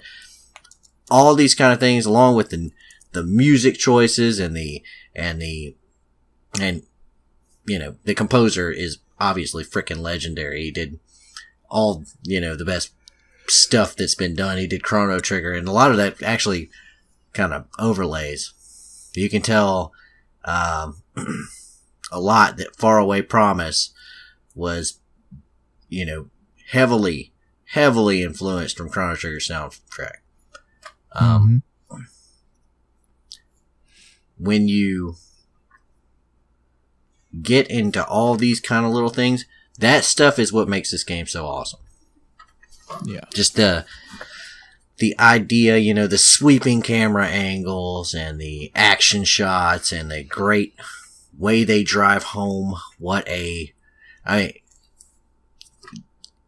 You look at a character and there's also the little hidden things. Spoilers for Xenogears. When you look at Sigurd and you look at Bart, you would not, even though they look very similar, you probably wouldn't guess that they're actually brothers. Mm-hmm. You probably wouldn't. It probably wouldn't dawn on you to ask that question. Their hair is a different color. They look, just different enough. Their color schemes are completely different. Mm-hmm. So you notice that they look like a palette swap of one another to an extent. But even down to the eye patch. Little things like that are hidden in the art. The fact that, we're not going to talk about Chew because Chew is an abomination. But down to the way that Esmeralda, her entire character. For one, she gets 2 character sprites, depending on whether or not you complete her side quests or not. But they're beautifully drawn, beautifully animated. Scenes of her fighting. She's the one, she's made completely out of nanomachines. And she fights and she hits somebody and her hair turns into a hammer and slams into the enemy. And then, she'll jump up and turn her stuff into a blade and slice them and all these other little cool things. And then they did it all over again. Every single little bit of that, every bit of the animation in this game has punch to it. When Faye hits somebody, you get this flash of light, this impact sound. You get to see the enemy recoil when they hit. It just you feel like you're really doing a lot of damage. Yeah, there is definite impact in the fights in this game. And there's when you definite sense of power and movement and kineticism. Probably another fucking made up word. But when he punches somebody, you feel an impact. you feel, you're like, man, I just knocked the shit out of this dude. And even his last death blow, where he doesn't physically touch them, you can feel the power just emanating. You get what they were going for. They were like, his key is just at this point now, to where he can just one shot a dragon on foot. He's like, boom. The spells do not have that impact. Not even a little bit. The ones on foot that Ellie casts are beautiful. They don't do shit for damage. Adam, I gotta ask you. Yeah. Right now, who would win? Faye or Roddy Piper? Does Roddy Piper have a steel chair? You know what? Just for sake of balancing things, we're gonna go ahead and say yeah. Okay. Faye.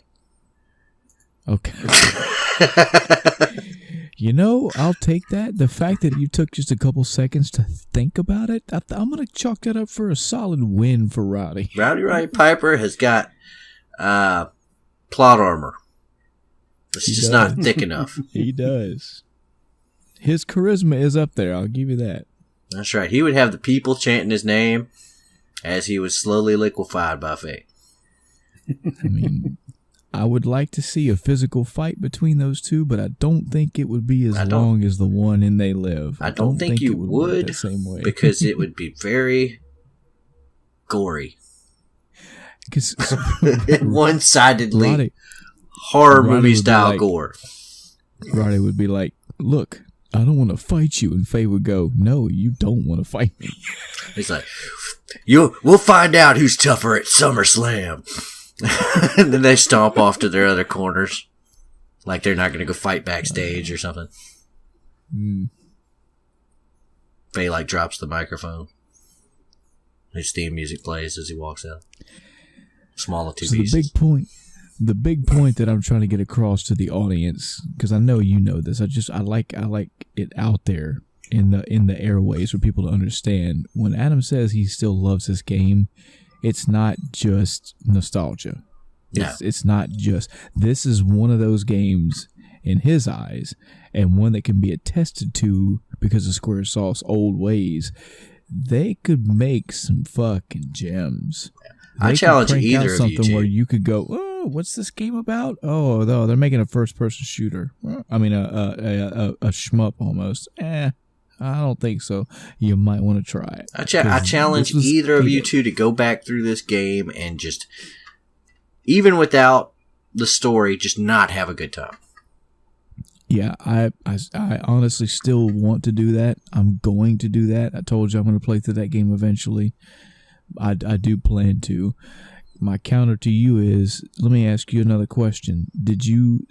Remind me, because it's been a while, in Xenogears, the overworld and the towns and all that was all in 3D, correct? Yes. And your characters was sprites, correct? Correct. Did you like that? I loved it. Now you will. When you get into some sections, there are 3D elements. Yeah. There are very obvious, most of it is very well done enough to where it looks, how do I say this? It looks that it's not jarringly different. It doesn't always completely and utterly stand out that you're a sprite standing on a 3D space. Right.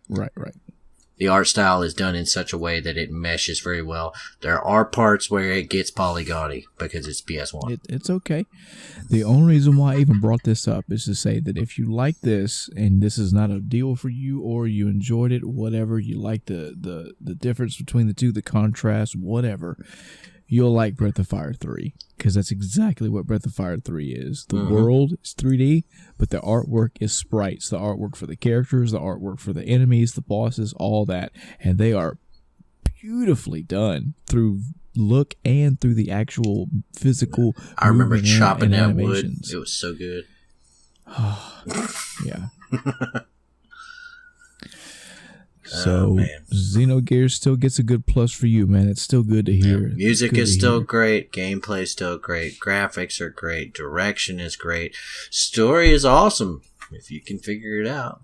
You just gotta muscle through it a couple times, bro. If you go into it knowing that you gotta fucking pay attention, then you're golden.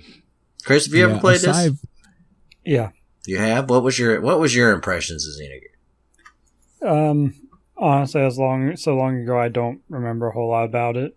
It's on my list of games to go back and play again to get a fresh feeling of, and actually play it at an age where I'll understand more. Yeah, that's another challenge for me going back through it. Is like, okay, I could make the concession and possibly with some understanding from audiences or other gamers that, okay, I played Xenogears when I was like 15, 16, 17. I took more of the graphics and the look and the fact that it was fighting in mechs and the decent combat stuff than I did the story. I just flat out was fucking I don't get this fucking story. Okay, well it's for me as well, close to 2 decades after the fact. I want to see now if can I understand it? Can I get through it and go, yeah, okay, a little rough, but I got it? Or if I'm just like, man, fuck this. This was just ugh. Mm-hmm. So we'll see. If you ever go back through it and you need something explained, I got you. Yeah, that goes for the audience as well. This is a really good topic. Just give me a call. Here's my phone number. Yeah. If you want to get into a discussion with Adam, I will go this extent that he has sat down with me on a couple of occasions and said, "All right, man, let me tell you the story of Xenogears." And an hour later, I was like, I kind of got it. And then later on, he did it again. He knows this game. So if you, audience, have questions, comments, concerns, or you want to talk about this game, I'm telling you, between us three, Adam is your go-to. He's your POC for this. What else did you do this week, Adam, or was it just Xenogears? Oh, no, it was just wrapping up Xenogears. Mostly, I picked up another anime because that's what I do now. So I got started on binge watching Seven Deadly Sins. I'd read the manga a little bit. Now I'm getting to see the anime adaptation and see what they did different, what they did the same, etc. Still going back, still watching my weeklies, you know. I'm glad to say that there hasn't been any other controversial stuff to pop up in my freaking anime or my video games this week. That's nice. I love not having to think about bullshit while I'm trying to enjoy my entertainment. Right. So between that and oh man, one of the things I did not talk about that I did, and it wasn't this week, but I picked up Pathfinder Kingmaker. Oh, nice. Yeah. All right. Coming from a D&D background, I knew what I was getting into with Pathfinder. I knew they made some alterations to 3.5, and I knew that I would like this game as long as it was essentially 3.5 system meshed with the Baldur's Gate style game. You got me. I'm in. I'm hooked.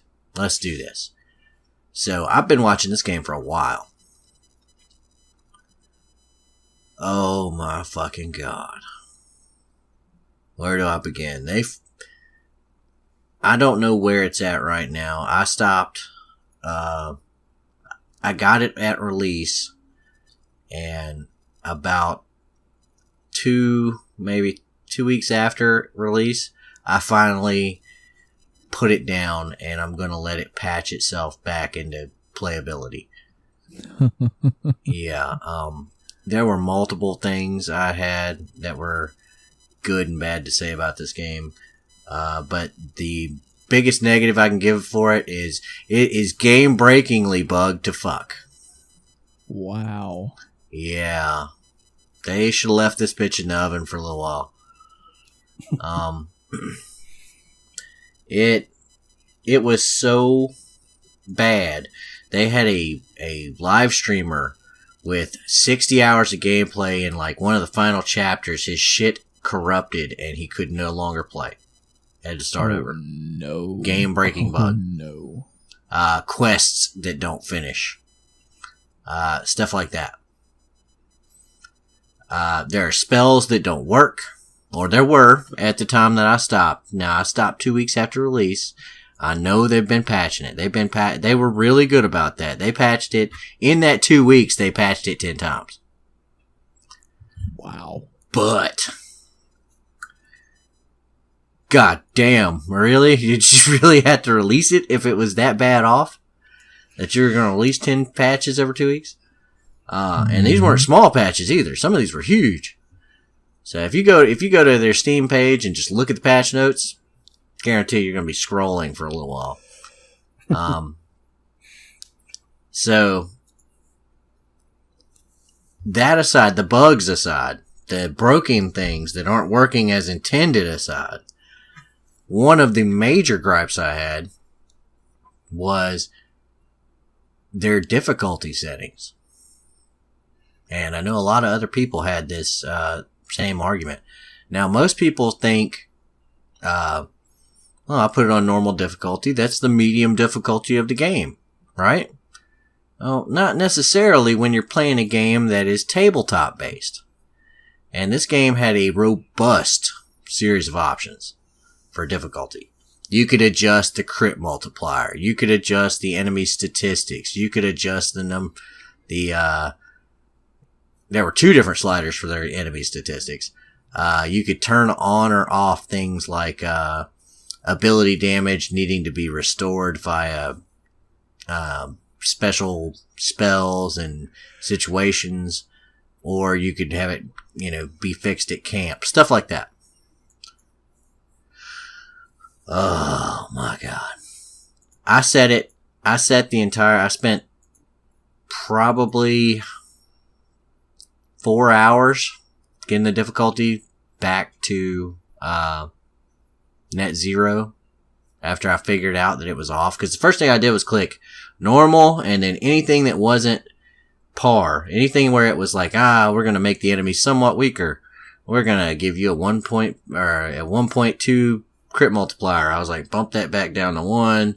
Let's make the enemies normal. This normal, this normal, this. Because I thought, okay, normal must mean the tabletop rules. Right? Is that not a reasonable assumption to make? Sounds solid to me. If the game is supposed to be based off the tabletop. No. 4 hours worth of tweaking later, I finally got it to where the level 1 kobolds didn't have like a +7 to hit.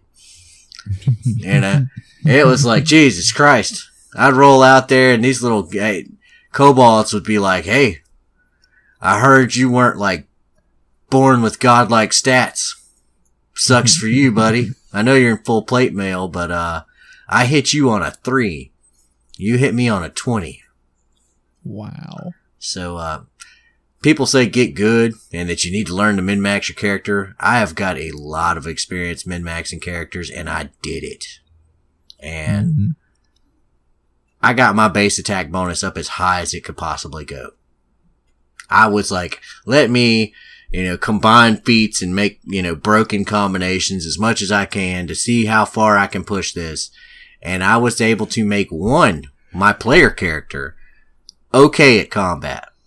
The rest of the party, however, the party is not min-maxed.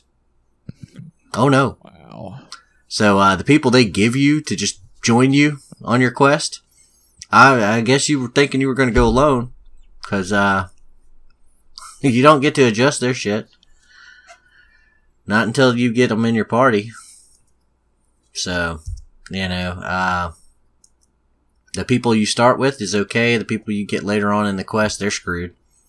Unless you go back and re-roll them.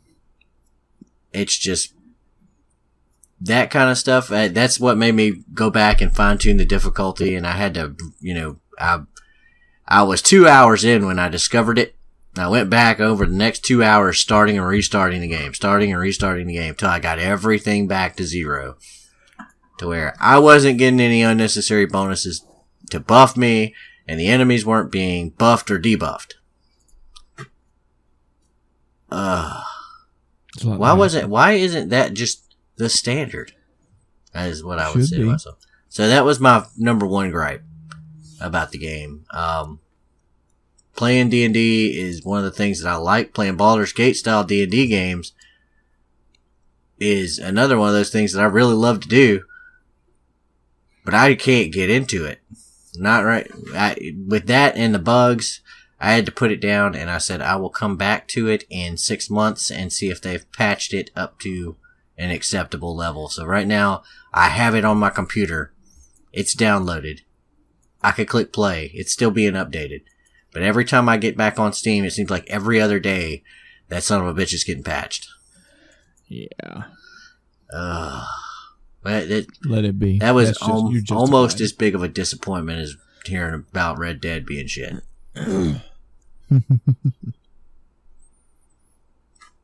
So, I look at it, and the company that actually made Baldur's Gate, Obsidian, has made Pillars of Eternity, which has nothing to do with D&D. And they've made 2 great games based on that, and I loved both of them. That was another thing, is Pillars kind of spoiled us with some quality of life improvements for the genre. Like the ability to speed up time when you're in or out of combat. You could slow down time in combat and speed up time outside of combat, so that your characters would move around town at a reasonable pace. So if you need to walk across this long-ass map, it takes you 10 seconds to do it instead of 40. You know? Yeah, no. They didn't put anything in there like that. Nor did they make it to where you have to auto-pause. You can't do a slower-paced combat. You have to auto-pause and then manually give everybody their thing. And the character AI scripts are pretty bad. Yeah, I can poke holes in this game. It sounds like I hate it. I don't hate it. I'm waiting to see if they fix it. Yeah. Sure. I'm shitting on it because it deserved to be shit on. This stuff needs to be pointed out. But at the same time, this is the first game from this company. I want them to make more. That's why I paid them.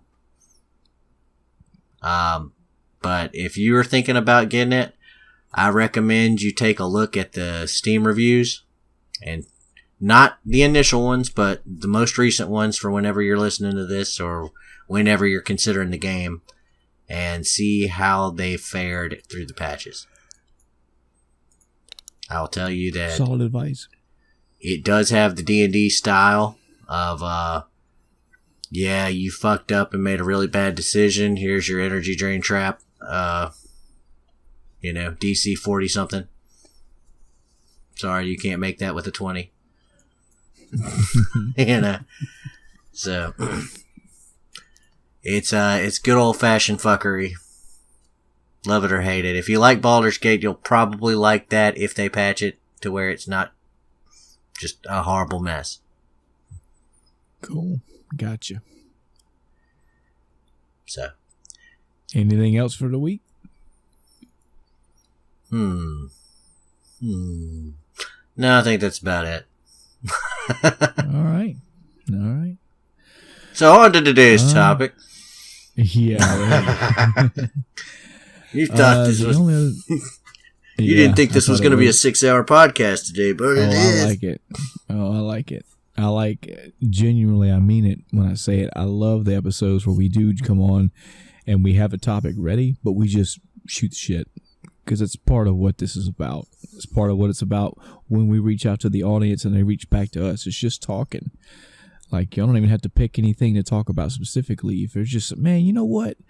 A coworker of mine brought up fucking road rash today, and it made me think about some memories. Let me tell you, that's all it says. You don't have to look at a topic, and I don't feel we ever really need a topic. We just have one just in case. There was one last thing I wanted to bring up before we close out tonight. it was something I was thinking about in my week. It was actually something last week too, possibly. But we had a Steam sale recently come and go. It was pretty quick. I think it was only a few days. It was around Halloween time, wasn't it? It was like 6 days, 7 days, maybe even less than that.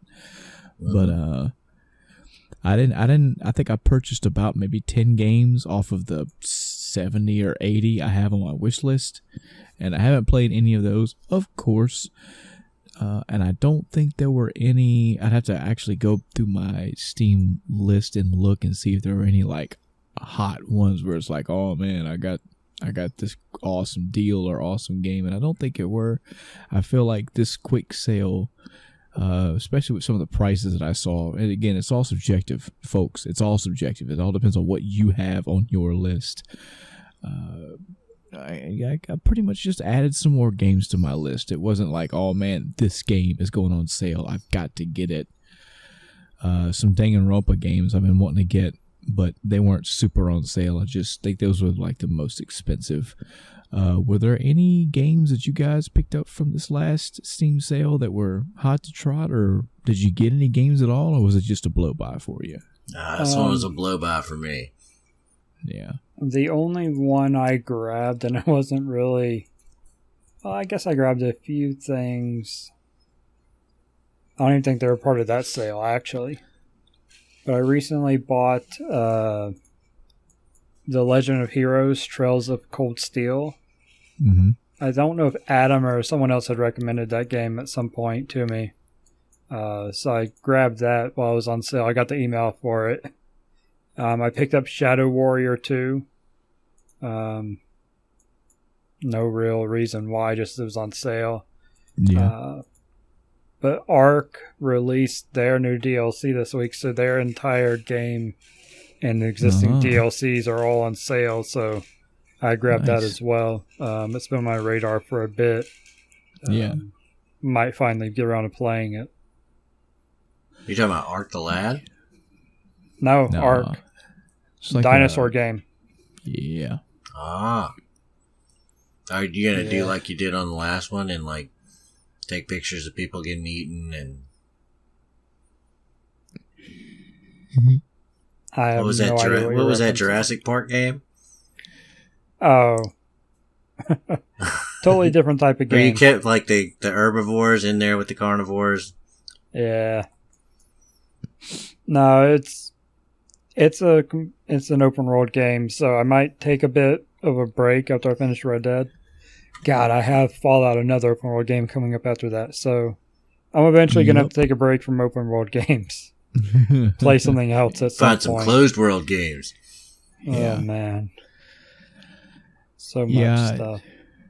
My Steam sale as well, man. Like I said, there are like 2 or 3 games in my wish list right now that are like hot items. Like I want to get those, but I want to wait till they're like really on sale.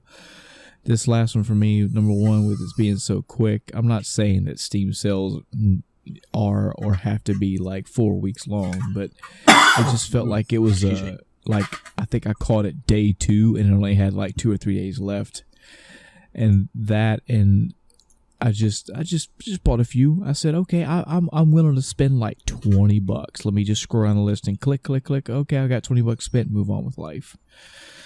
And even if I did have something, I mean, it'd have to be like if it was Sekiro. If Sekiro dropped, which of course it's not. I know when it's coming out, but if that was one, I would probably put Persona on hold for a bit. But I'm in Persona 5 right now, so no matter what I bought, it was just going to be in its own little log.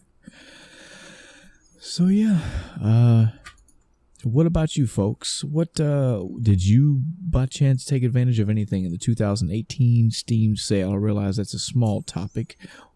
Anything Persona 5 or Red Dead Redemption 2 or Xenogears that you'd like to discuss? Anything about being old and being a gamer? However way you shape that in your mind. Anything gaming related, anime related, comics, whatever you want to talk about. We love to hear feedback from you. We'd love to get a discussion going with you. And there are many ways that you can make that happen. We have a Facebook page. You can go to Facebook and search for End of Time Cast. It should take you right to our page. And it may be how you found this episode right here. We have an email. You can send us emails at endoftimecast@gmail.com. That's endoftimecast@gmail.com. No funny numbers in there or spelling. It just spelled the way you heard it. We have a Twitter page still. You can tweet us, retweet us. There's just a few ways. Mind you, in the future, sometime when I get off my lazy ass, we're going to have this on other platforms as well. There's got to be like 400 different podcast platforms. Of course, there's YouTube. There's many other places to get a hold of us. And every time we open up another one of those, it's not only a new place for you to get the podcast, it's also a new way for you to contact us. But even in this infancy of this podcast right now, there's at least 3 ways you get a hold of us. And we'd love for you to. We genuinely would love to get in conversations, debates, discussions, whatever. Feedback from our audience is great, and just talking and just shooting the shit about video games with fellow gamers is always a treat. It always is. All right, folks, that's gonna do it. Adam, thanks again for joining us, man. Hopefully you can get some more in, man. It's always good to have you on. That's right. I've graced you with my presence twice in a row now. Yeah, that's gonna do it for tonight, folks. And until next time, I'm Michael. I'm Chris. And I'm the best. Good night, everybody. Bitches.